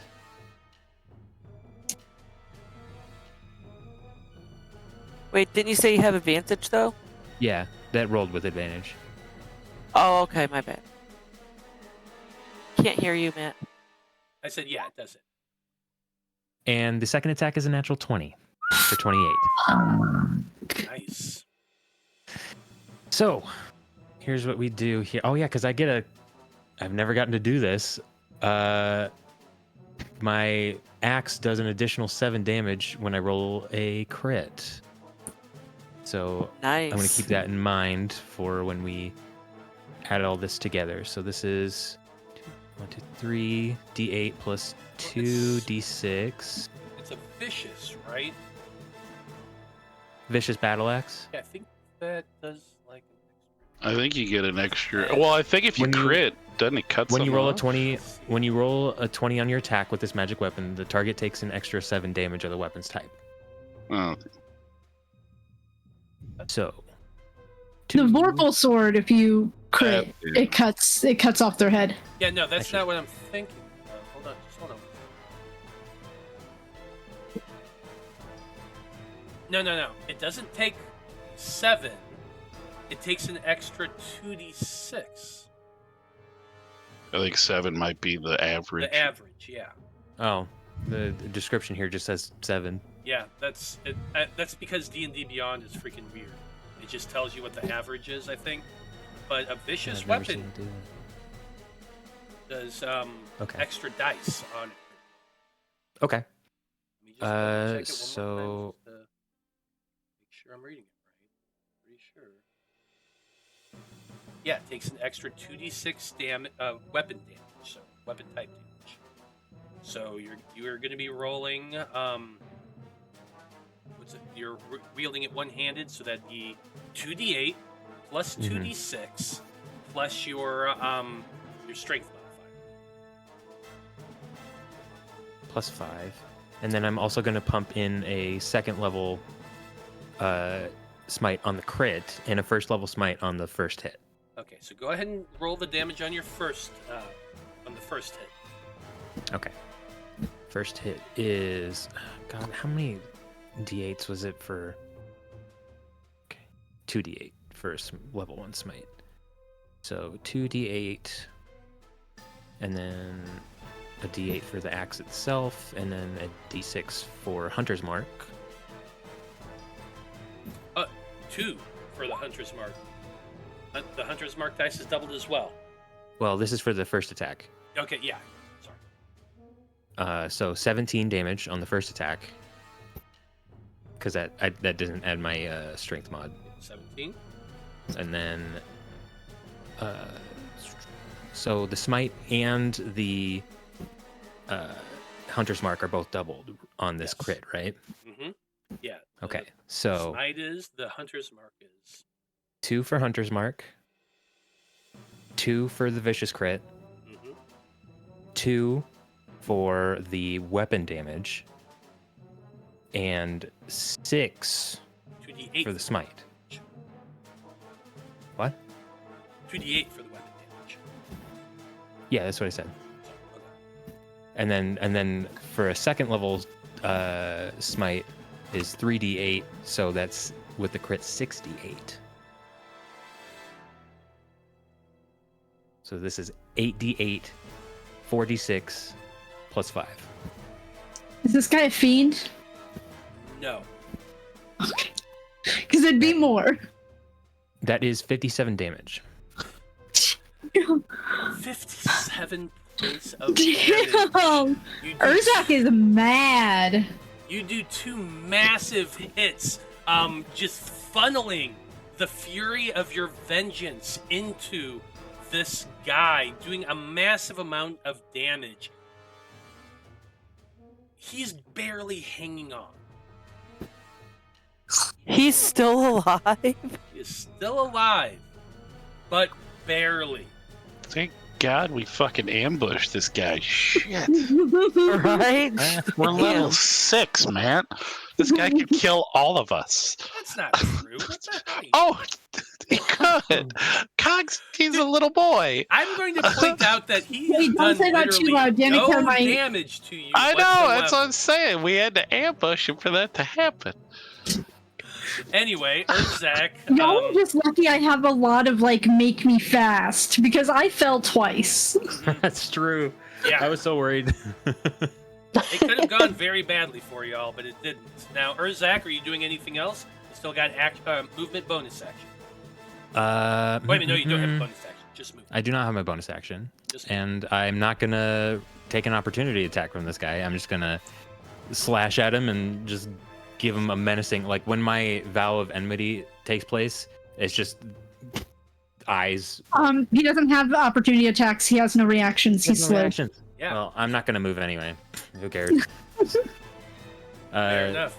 With vow of enmity, Urzak's eyes like glow red. Like they're normally like red colored, but now it's like, oh shit, type beat. He leans in and he says, "She said she doesn't know you." Under Delphine's breath, she goes, hot. Wait, what? Gonna make Vide jealous. That's my turn. Literally, everyone just got wet from Urzak's turn. I'm sorry, 52 points of damage is sexy. That is- 54. I agree. 57. 57. Yeah. Anyway, that's it for your turn. We have one of the guards who really didn't, like, he just came up on this and he just saw this wailing going on. He's looking about...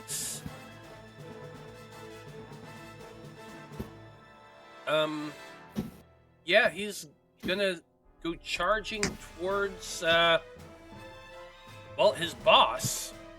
And since he did not notice the spikes, he's going to be running through them. Let's see, he would end up right about here. It looks like he's going to take 10 feet of the actually no, it'd be just right in there because that's 10 feet of movement. So he would end up right there. He's only going to take the 2d4 damage, but go ahead and roll that. Ooh, it's 6. 6 points of damage. Ah! Ow! Sir! There's all these spikes here! What should we do?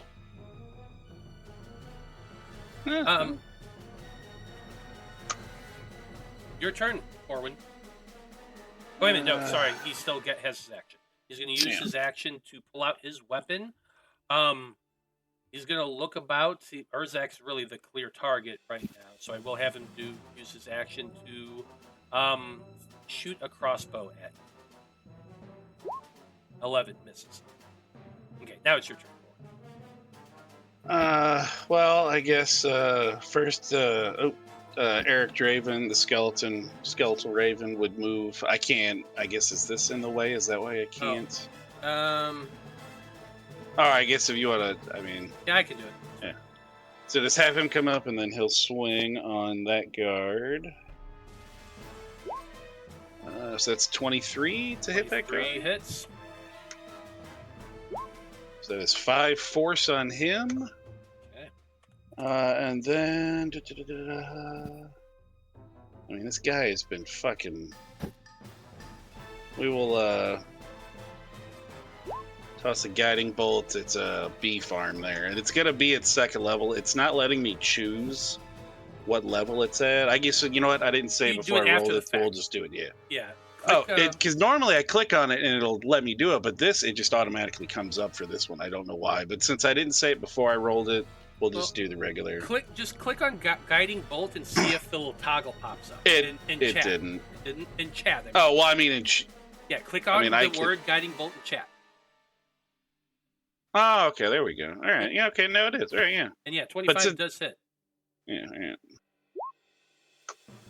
So that's 14 total for him. You want to hear something funny? Is that all he had? He literally has only... 14 hit points left. Because this is Cog's head. Cog's totally gonna dine out on this for like weeks or possibly months, guys. So be prepared for that. Okay, so yeah, now that you've ruined my evening, Joe, why don't you go ahead and tell us how this looks? Joe ruined the evening. Well, you know, he Joe. was like, you know, his first stuff failed on him. I mean, his skeletal raven hit, but he's just like, wow. He sees Urzak just clubbing the shit out of this guy with his weapon. He's like, wow. He's like, you know what? I'm gonna try one more time, and then he's just like finger guns at him, and he just shoots that bolt out. And I'd like to think it like hits him like in the ankle, because you know that's how, or right in the hip. That's where Cog's at. He's at that hip level, and it just like bores a hole like right through him. And he's like, oh. He's like, haha, that's my kill. God damn it! And you like this guiding bolt comes flying through the air, just whizzing past Urzak, striking the sheriff right in the thigh, and it just burns through his thigh. He cries out in pain as he reaches towards the fake Irina one last time before dropping to the ground, apparently dead. And his body's still glowing, because there's advantage if you want to hit his dead body. I was gonna say I use protection to give Cog disadvantage.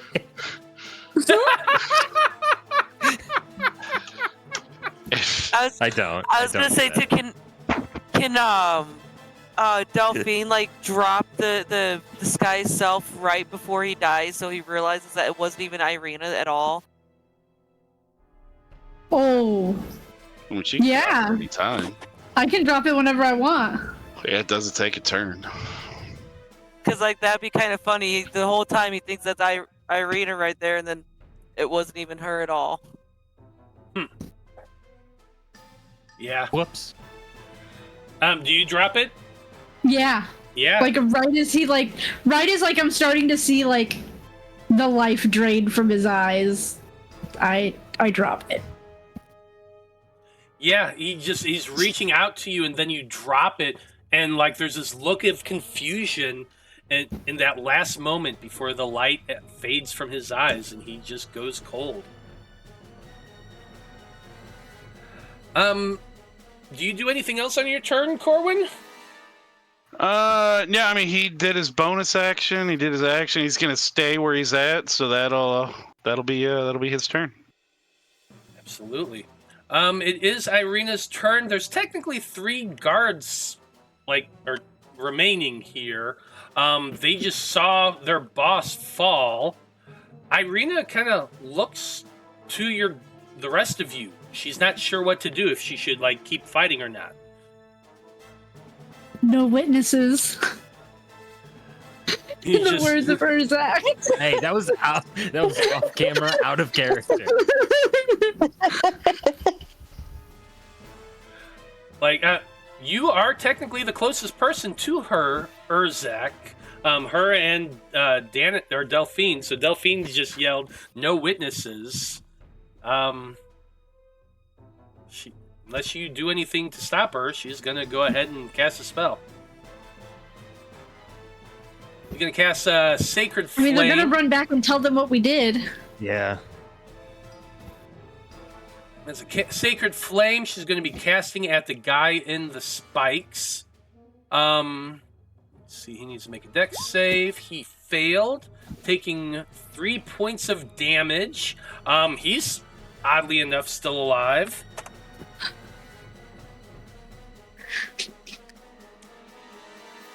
Next off is we've got this this guard here.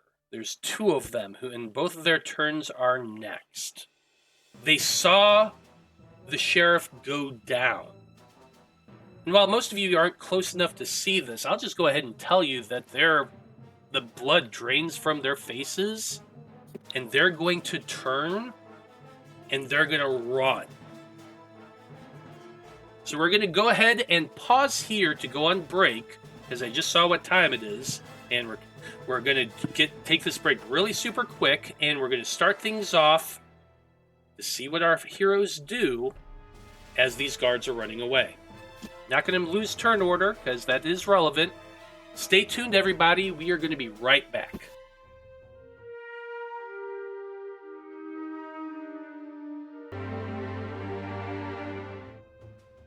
Howdy, everybody. We are back. When we last left off, our heroes had just, well, basically slaughtered the sheriff as he was chasing Delphine, being an Irina lookalike. The sheriff is dead. The guards saw this and have turned to run. And so we are at the top of turn order. So, with that in mind, Danika, you are up first. I moved everybody on the map that we have more room to see. Danica's gonna move 30 feet. 5, 10, 15, 20, 25, 30. And she is gonna cast Dissonant Whispers on this guy closest to me. Okay. The wisdom save. Yes. That is correct. That's a 7. Failure. Yeah. Damn it. Hold on. Excuse me. Let me just scroll without my mouse. Where are you at?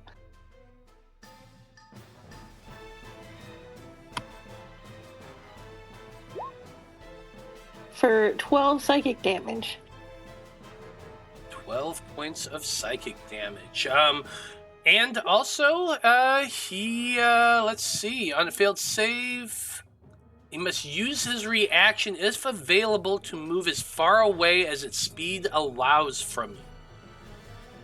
So it is taking the 12 points of damage.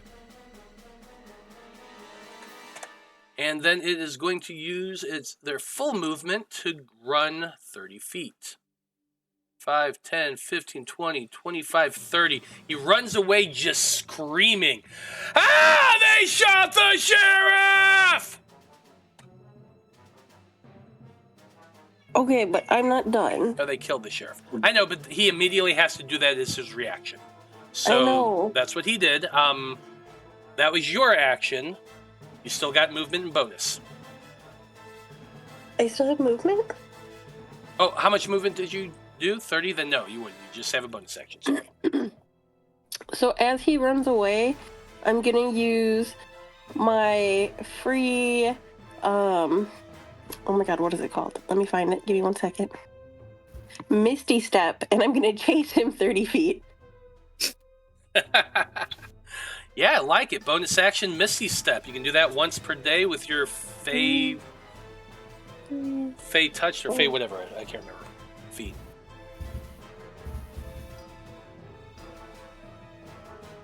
Five and 6. Is it? Yep, 6 right there. And that is where I'm at. We're good. We're right there. Yeah, as you see him running away, you use your bonus action and just poof, 30 feet ahead. Vide, you're up next. All right.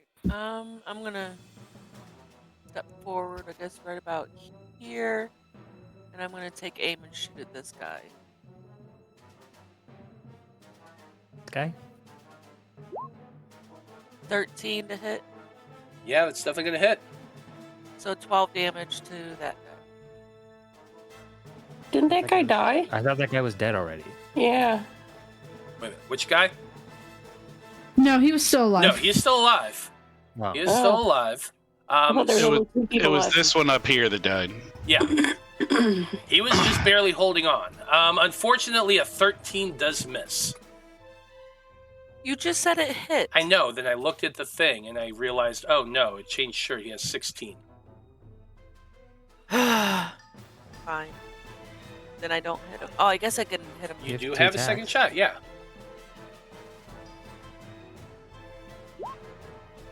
Does a 21 hit? Yes, a 21 definitely hits. All right, then 13 damage to that guy. Shots fired. One actually hits its target. You hit him center mass, and he just drops down to the ground dead. All right. Well, then I guess I did shoot the sheriff and the deputy as well. Love it. That's it. Delphine, you're next. Well, I don't want this guy getting away. So I'm going to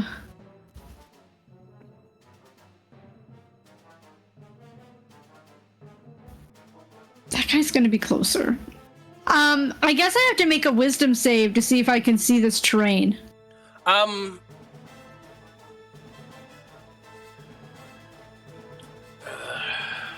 me read the spell one more time. Will we not know where it is because we specifically planned for it to be somewhere? That's what I want to look at. My assumption was first that you would know where it is, but I just want to read the text.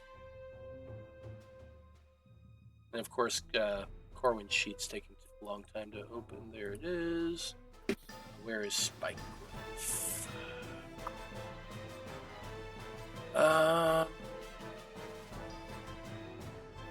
No, it's any creature that can't see the area at the time the spell was cast. Okay, Has to well, I make was that. there when So it was you were there, cast. so you're good. Okay, You know exactly so I know where it is. Okay. I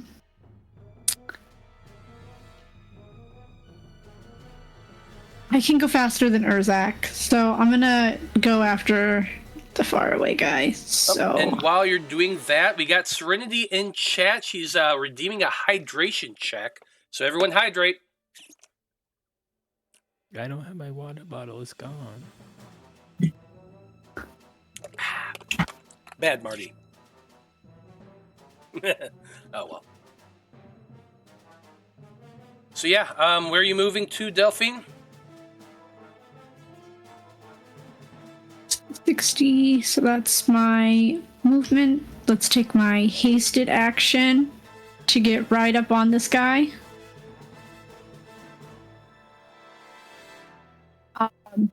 And I'm just gonna hit him. I'm gonna hit him twice with my rapier. Swing away. Do I hit him twice with my rapier, or do I go green flame blade once? Let's see how he likes fire. We'll do the green flame blade first. 12's gonna miss. Yes, it is. And then the rapier's 16. 16 just hits. No, oh, wait a minute. Hold on. No, sorry. 16 does miss. These are the Okay. veterans. Their AC is higher than that.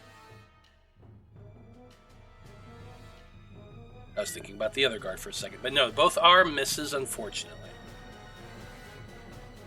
Urzak, you're up next. Okay, I am going to go 30 feet to right there. And then with my, I believe it's an action.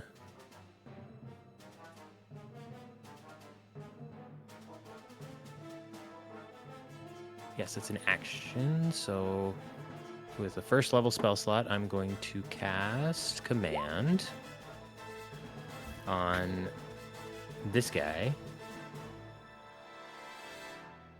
And I'm going to just look at him and say, freeze. Love it. Is it a wisdom save? Wisdom save, yes. What is your Wisdom. What is your DC? DC 13.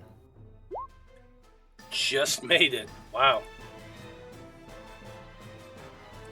Unfortunately, that is a success. Okay.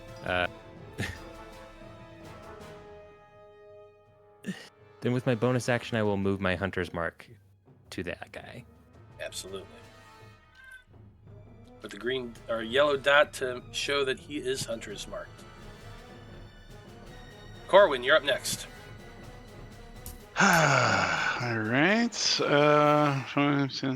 Well, he'll move his spiritual weapon to this one.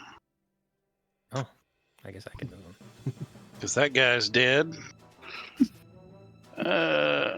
We'll go ahead and is that one the veteran of 14 probably doesn't hit? The 14 does not hit. All right, well, then I suppose that we will just, we'll toll the dead that gentleman. A 15 wisdom. 18. God darn, well, these are some smart guards. What's going on here? Yeah, they're doing pretty damn good on this one. Ah, well, yeah, his spiritual weapon's in place. He's good to go, so he'll just still kind of chill out. I used all my bad rolls for Urzak. Yeah. Hey, well, I'll start kind of moving forward, but yeah, so that's his turn. Okay, Irina is up next. She's going to move 5, 10, 15, 20, 25, 30 feet to right here. She was also here when the spell was cast, so she does know where it is. That does put her in range to cast Sacred Flame.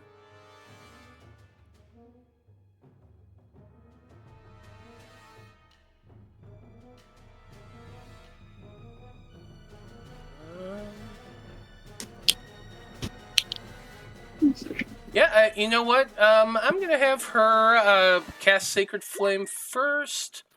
Make that spell save.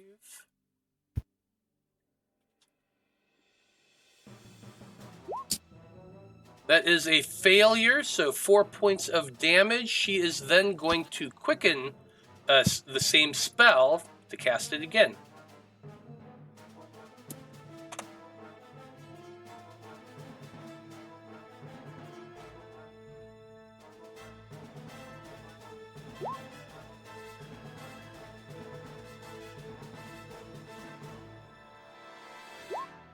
Another failure, 5 more points of damage.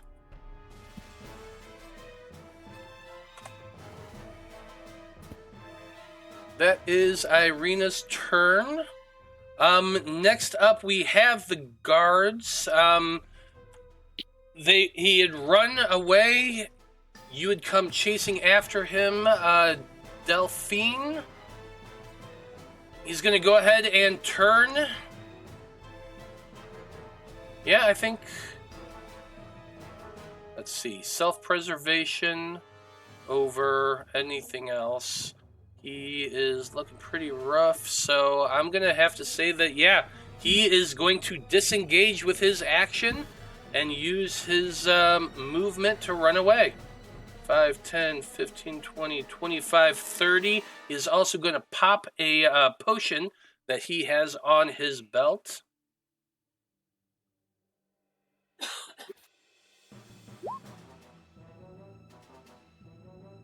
5 points of healing.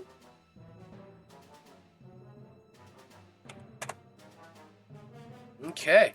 Last guard is also running. He's running his full speed. Movement and action 5, 10, 15, 20, 25, 30. 5, 10, 15, 20, 25, 30. Both of them managed to get this far. They are running as fast as they can, trying to get away. Danika, you're up next. Okay, Danika is going to move 30 feet. 5, 10, 15, 20, 25, and 30. And then she's gonna cast her favorite spell, Shatter, on the two of them. I'll go ahead and make those con saves. 10 and an 11 both failed. So they both get shattered to death. Where's that? Hold on. Let me go to my shatter. Are you sure they're not looking younger by the minute? Just all seems like it. Hit that damage for your shatter. I know, it's slower without my mouse. 11 points of damage to the both of them. The one is looking very, very wounded. The other one, not as much. Well, with her bonus action, she's going to cast, oh my gosh, I'm blanking on it. It's the, not Vicious Mockery. What's the one? It's all the time. Where are you at? Unsettling Words. Yeah, no? You're casting what now? Unsettling Words as my bonus action. Unsettling Words. Yeah. I don't know what spell that is. Okay, let me go over to Unsettling Words. It's for my College of Eloquence. Let me. Okay. Oh, it's not a spell, it's a feature. Yeah, it's a feature. Okay, so as a bonus action, you can spend one of your bardic inspirations and choose one creature you can see within 30 feet. Roll the dice. They subtract that from the next saving throw it makes. Yeah, absolutely. Yeah. Who are you doing that on? The one that looks healthier. Got it. Go ahead and roll that, or I'll have you do it at the time. So let's just remember that you're calling out and saying some unsettling words, which is going to fuck with them if they have to make another saving throw. Okay. And that's it. Okay, Vide, you're up next.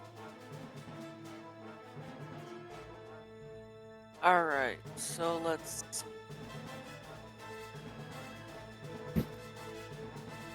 First of all, I gotta figure out how to... He changed everything.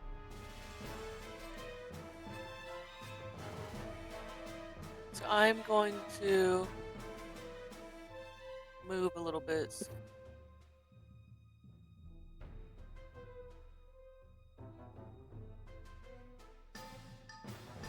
Up to here. Let me check.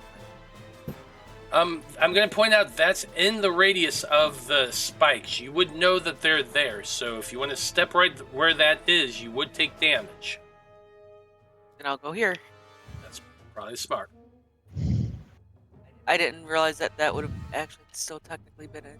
Yeah, no worries. Okay, and then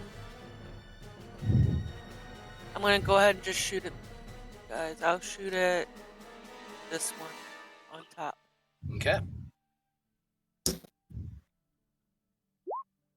19 to hit. 19 does hit. It give him 9 points of damage. Another hit. 25. So give him another 5 damage.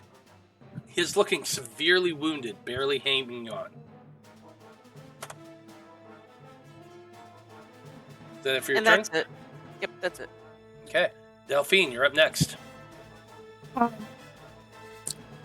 I am going to move up to them come up to the one here on the bottom. And use some green flame blade.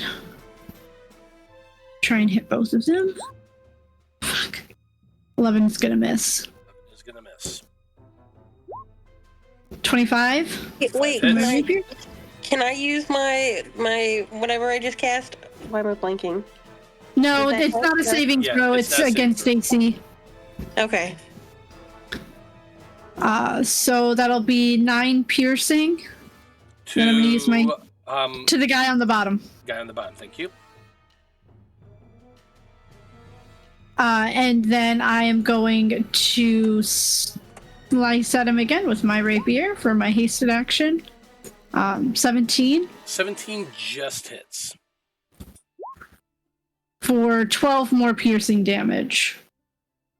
You stab at him twice, drawing blood both times. He cries out in pain. He looks very wounded as well, but is still alive.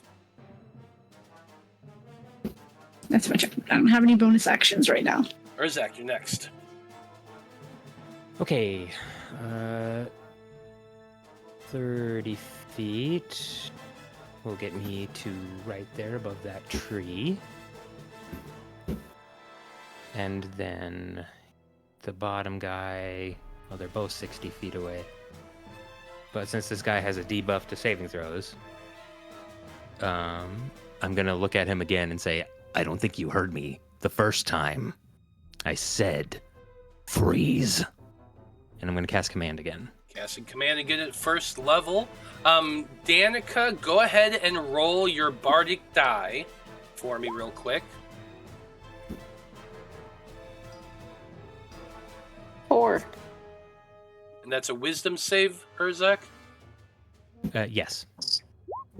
It's a 19 minus 4 is a 15. It's a 15 succeed. Yes. Oh. Dang it. I wanted that for you. I really did.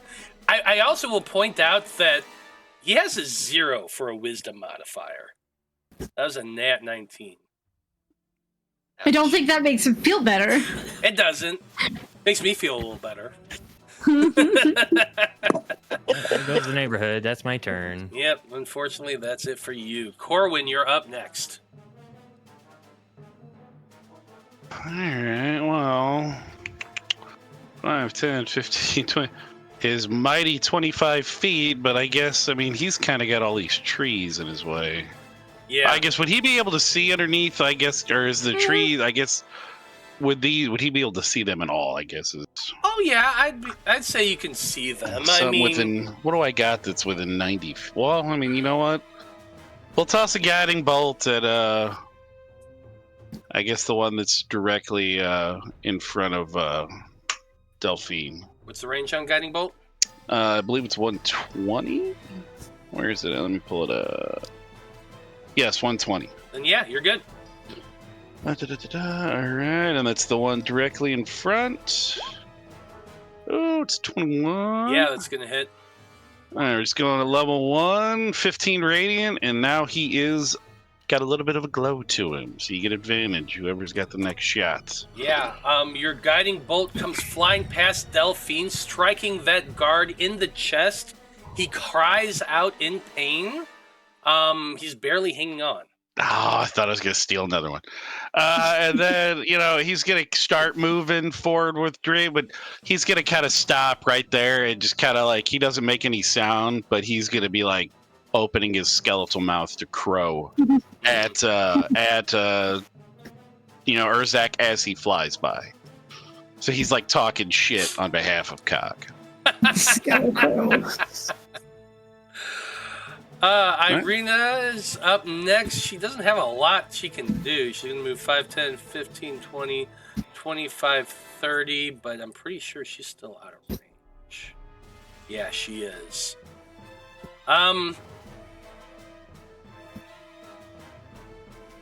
think that she's just gonna move up another little bit as her action and stay right there. We got these 2 veteran guards. They've been hit a bunch. Everyone's closing in. It doesn't look like they have any way to get out of this. Both are massively damaged. It's clear that you all are not going to let them get away. The first guard is going to turn and try to tackle you, Delphine, using his action. He's attempting to knock you prone and take you down. That way the other one can get away. So I'm going to need an athletics check from you.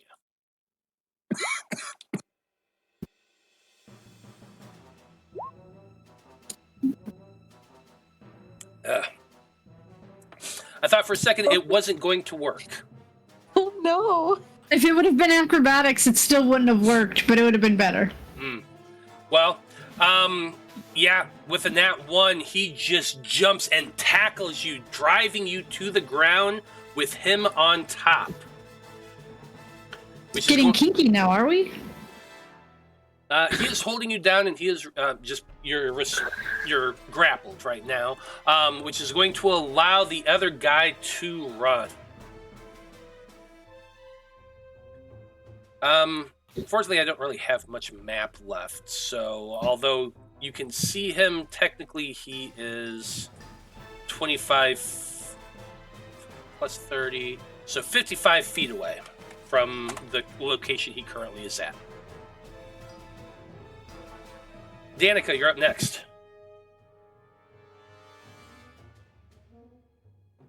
Danika's gonna move closer again.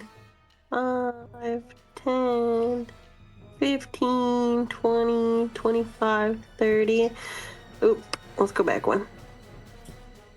And she will cast one more time Dissonant Whispers on the guy that's running away. That's a 60-foot spell? I believe so, but let me do the thing. Yeah, double check it. If it's 60 feet, you are good. It is 60 feet. And yeah, you are good. That's a 7. That is a failure. Roll your damage. 11 psychic damage. 11 is enough to take this guy out. He had 2 hit points left. So tell us, Danika, how this looks. So he just hears shrill laughter just getting louder and louder in his head until you just see him shake and then just blood drip out of his ears. And he just collapses into the pine needles that are on the ground. He is dead. And that should be it. Vide, you're up next. The only guard that's left had tackled Delphine and is currently holding her down on top of her. What are you doing? Oh, I mean, I'm not going to let him hold Delphine down. 5, 10, 30. I'm going to take aim, and I mean, I've just been a one-trick pony this whole fight. Okay, now here's 17. Hold on before you roll. Well, you already rolled, so I already rolled. I'm going to tell you this ahead of time. He is lying on the ground on top of your friend. You have disadvantage on this shot. Okay. 12, so I miss. 12 does miss. Fortunately, it is not a critical miss, because since he was on top of Delphine, you could have hit her as well. Shot goes wide, however. Okay, well, that kind of sucks, though. Well, you still have a second shot. Yeah, I know. Oh, you know what? I'll go ahead and shoot at him again. I want him gone. 23? 23 is going to hit. 13 damage. Which is enough. He only had 3 hit points left, so describe that for us. Well, after that first shot goes wide, I kind of narrow my eyes, steady myself, take aim, and shoot him right between the eyes. And well, maybe not right between the eyes, maybe more like right at the top of his head. Yeah, just right on the side of the head. He kind of lurches a little bit to the left and tumbles down off of Delphine, lying on his back. And with that, you are left in a moderately quiet forest.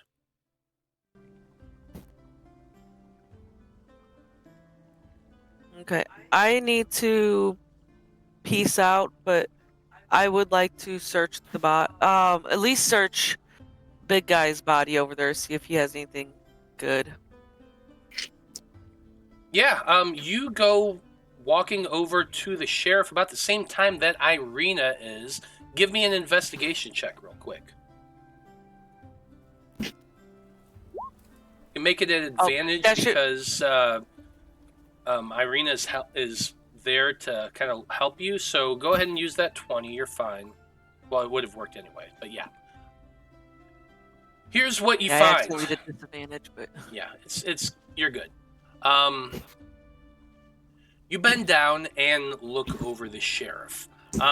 He has a very nice looking battle axe that he never got to use. He is currently wearing splint armor, which is also kind of nice looking. It's very clean, very well polished, looks very finely crafted. Both the weapon and the armor do. You find that he has 2 potions on him, two moderate healing potions. He also has a pouch on his belt, and when you pull it open and look, you find 300 electrum pieces. okay, I'm gonna. Not done Well, yet. obviously. Oh, sorry. Not done yet. It's okay. Last couple things that he has. He has a dagger on his belt. He has a set of keys on his belt as well. There's about 8 keys in total on there. Some of them looking kind of rusty and old. Some of them looking more new. And that's all he has. Okay. Definitely gonna take, relieve him of all of his items. He doesn't need them anymore.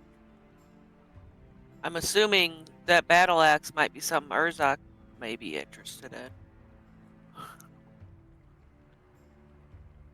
And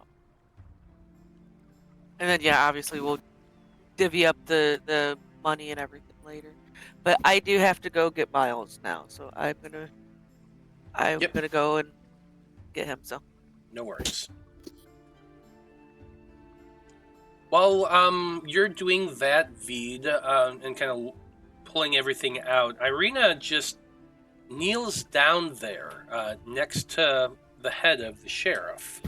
He's very bloody. He's been hit a lot. He has a lot of gouges on his across his body, a lot of bullet holes in there. He's a bloody, bleeding mess. But she still cradles his head a little bit, and she stares at him for a very long time. Now, while that's going on, what about the rest of you? What are you doing? I guess I'll check the guys especially the dead guy who was on top of me. And then I'll check the other guy by, she can check him and I'll check the other guy. Sure. Investigation checks from the both of you.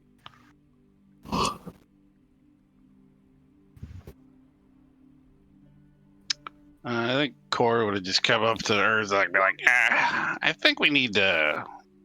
Should we bury them all? How do we want to do this?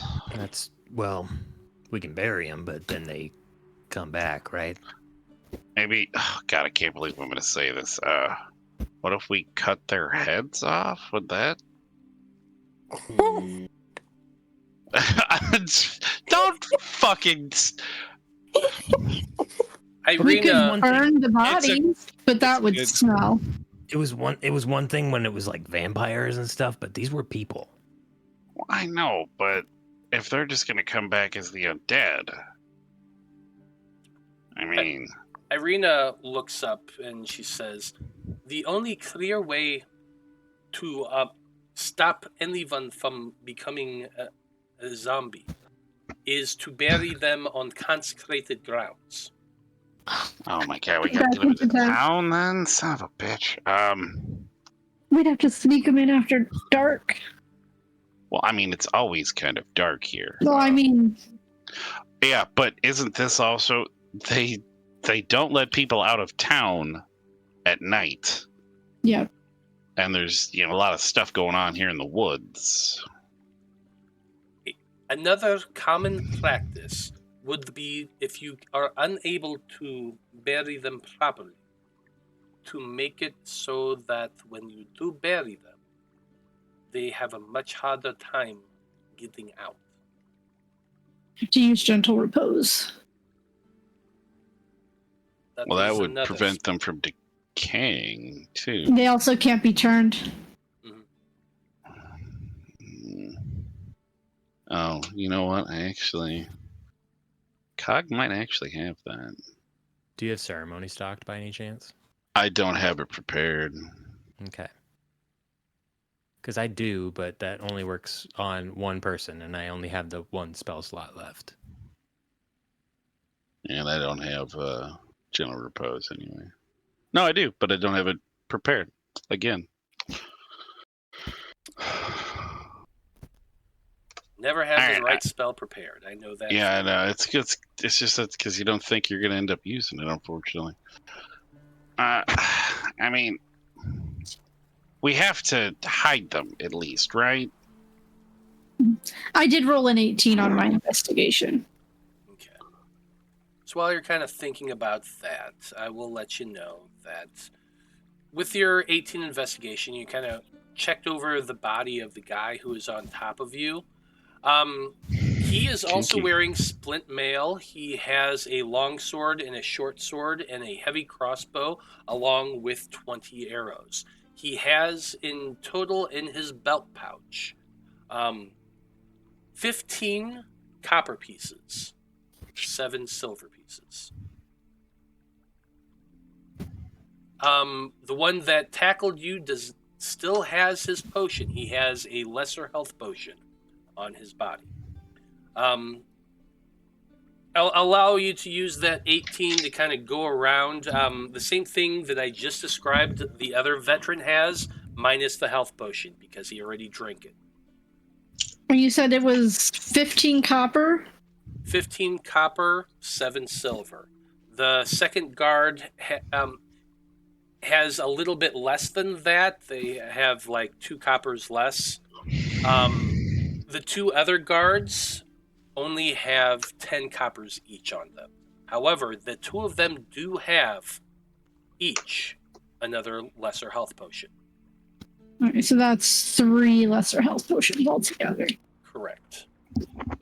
3 lesser, 2 moderate is what you would have found in total. How much electrum did you say Urzak had on him? 300. Okay. Just wanted to make sure.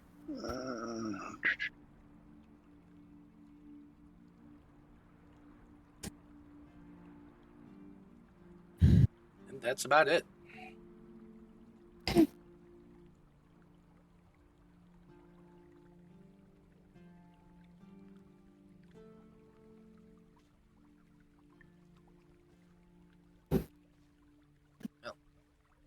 Are you going to actually do anything with the bodies?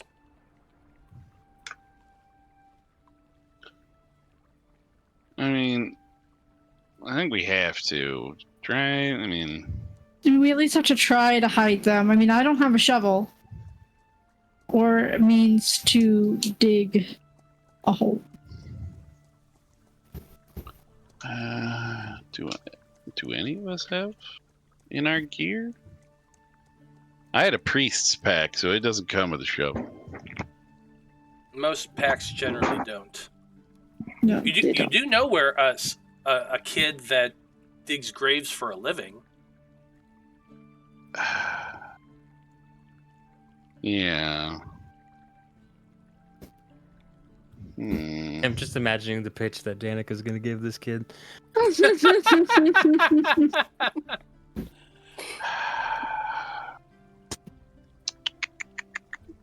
Need you to dig the grave, or else. We killed 5 people in the woods, and you're going to help us bury them. You want to end up like them? My God. So what are you going to do? follow Cog's advice and cut off all their heads. I mean, I'm only saying that if we buried them as well. We can't just... I'm not going to just desecrate a body for no reason.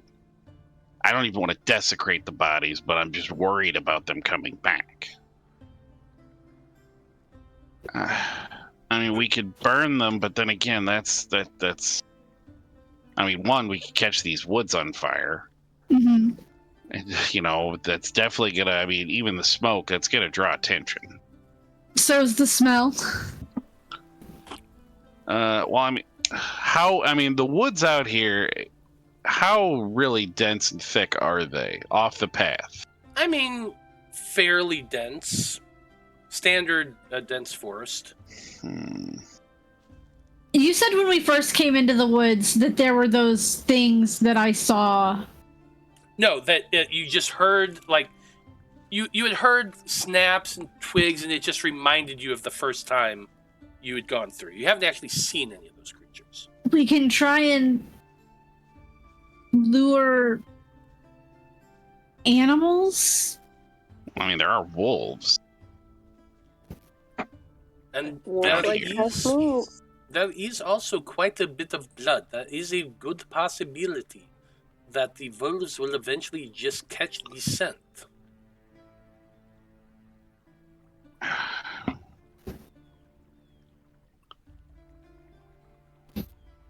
Maybe knew somebody who could talk to wolves.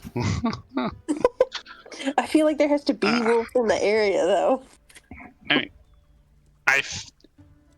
my only other concern now also is, you know, if somebody finds them, the guards at the gate did see us leave and come in this direction. So, we really need to make sure nobody, because I mean, a smart man could put two and two together. I mean, but if we can get animals to attack them, Well, yeah. that could cover up what we did. And then we can prestidigitation all of the blood off of us. Oh, I mean, off you. Yeah, Like, off of I'm you. fine. I'm good. Yeah. I mean, I guess the good thing is if somebody would have to spend quite a bit of, make a big investment to bring them back completely and not just an undead creature. Because, I mean, they're dead, so somebody would have to resurrect them if they were to actually talk. If they just come back as like a zombie, I mean, they're not going to be able to talk and, oh, hey, those are the people that killed me. Mm-hmm. Mm-hmm. Can Danika... I mean, we're pretty... I mean, how noticeable would it be if I go on my broom and do some reconnaissance for some wolves? Like, would the town... Would they notice me? No? Maybe? Depends on how high you would fly. Yeah, there is a lot of factors involved. I mean, not too high, but, like, high enough, you know, just to kind of see a general area. So I'll just tell you that the circumstances dictate the possibility. You're in the woods outside of a town that is literally surrounded by woods and a big wood wall. They don't go out of the town that often. There are guards that, you know, patrol the wall itself. So is it possible? Maybe. It depends on how high you fly, whether or not they're looking in that direction at that moment. There's a lot of factors involved. You would just know that naturally. So Can I just do speak with animals and howl for the wolves to come? Doesn't Or quite. can they hear it? No. That's okay. I figured it was worth a shot to ask. See, I'm trying to remember how the spell's actually worded.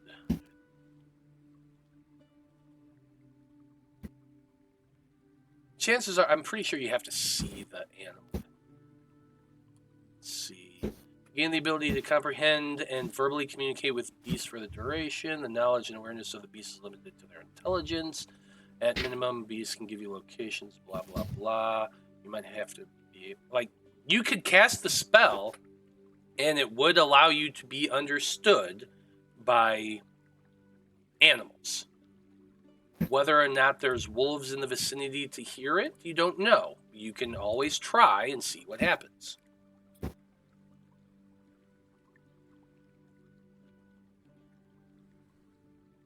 Well, if everybody's okay with it, I feel like it's worth a try. Team? I don't have any better options at this point, I suppose. So Danika will cast Speak with Animals, and then she'll just I don't know, I guess kind of ring the dinner bell. So you've cast a lot of spells so far. Speak with Animals. I think that might be my last one. It is a first level spell. It would be a last one unless you took 10 minutes to ritually cast it. Oh, can I? Okay, I'll take 10 minutes. Okay, so you're going to take 10 minutes, ritually cast the spell, then you're going to get on your broom and fly up and start yelling for wolves, essentially. Essentially. Okay. That's where we're going to end things for this evening. With Danika getting up on her broom, flying out. Make a persuasion check for me. That's my favorite check. How did you know? Well, what you don't know is I'm rolling a percentage dice to see whether or not there are anything in the area. Persuasion. 24. Okay. And that's where we're going to end things for this evening. Danika on her broom, flying up. Do we have to leave it that open-ended? I want to know if they get dinner at least. You'll find out what you find out in 2 weeks. Cold-blooded.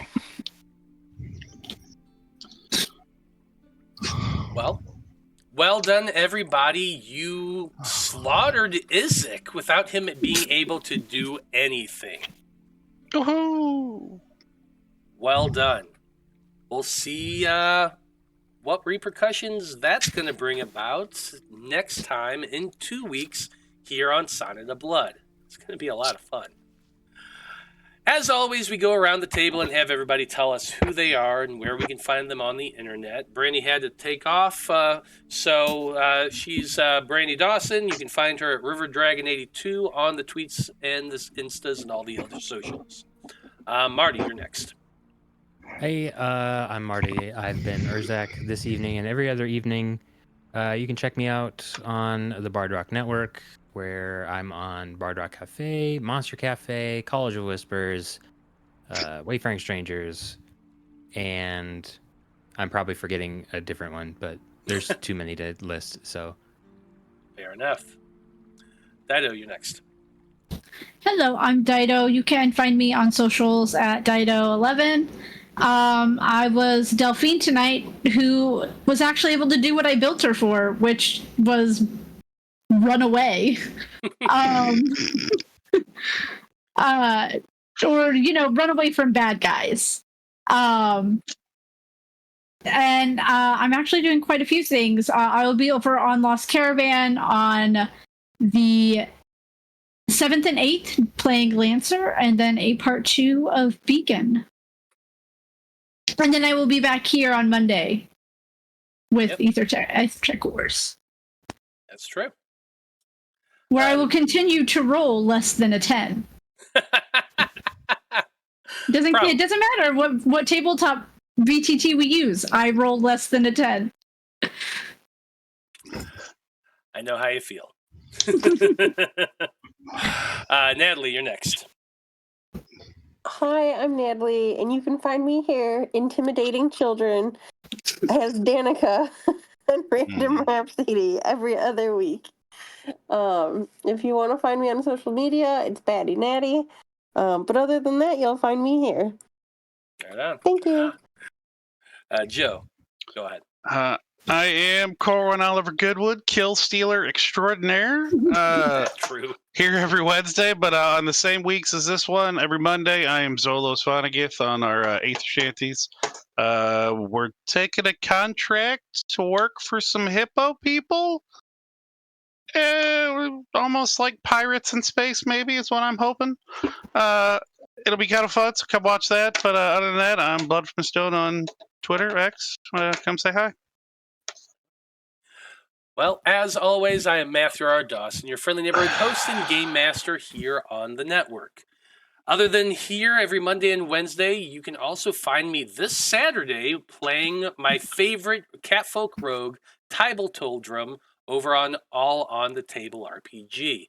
So, love playing that guy. He's a lot of fun. That's going to be this Saturday the 8th at 3:30 Central. So come check that out as well. Other than that, you can also find me on a lot of other places. Most recently, I was on All Sparks Ignited. That's a podcast that you can find wherever you can do your podcasts. I played in a Masks game, which was also a lot of fun. So go check out Our Sparks Ignited. Well, on behalf of everyone here in Random Rhapsody and everyone in Sonnet of Blood, I just want to say thank you, folks. It's been a delight. So long. Good luck. And until next time, may you live until you die. Until you die. And good night.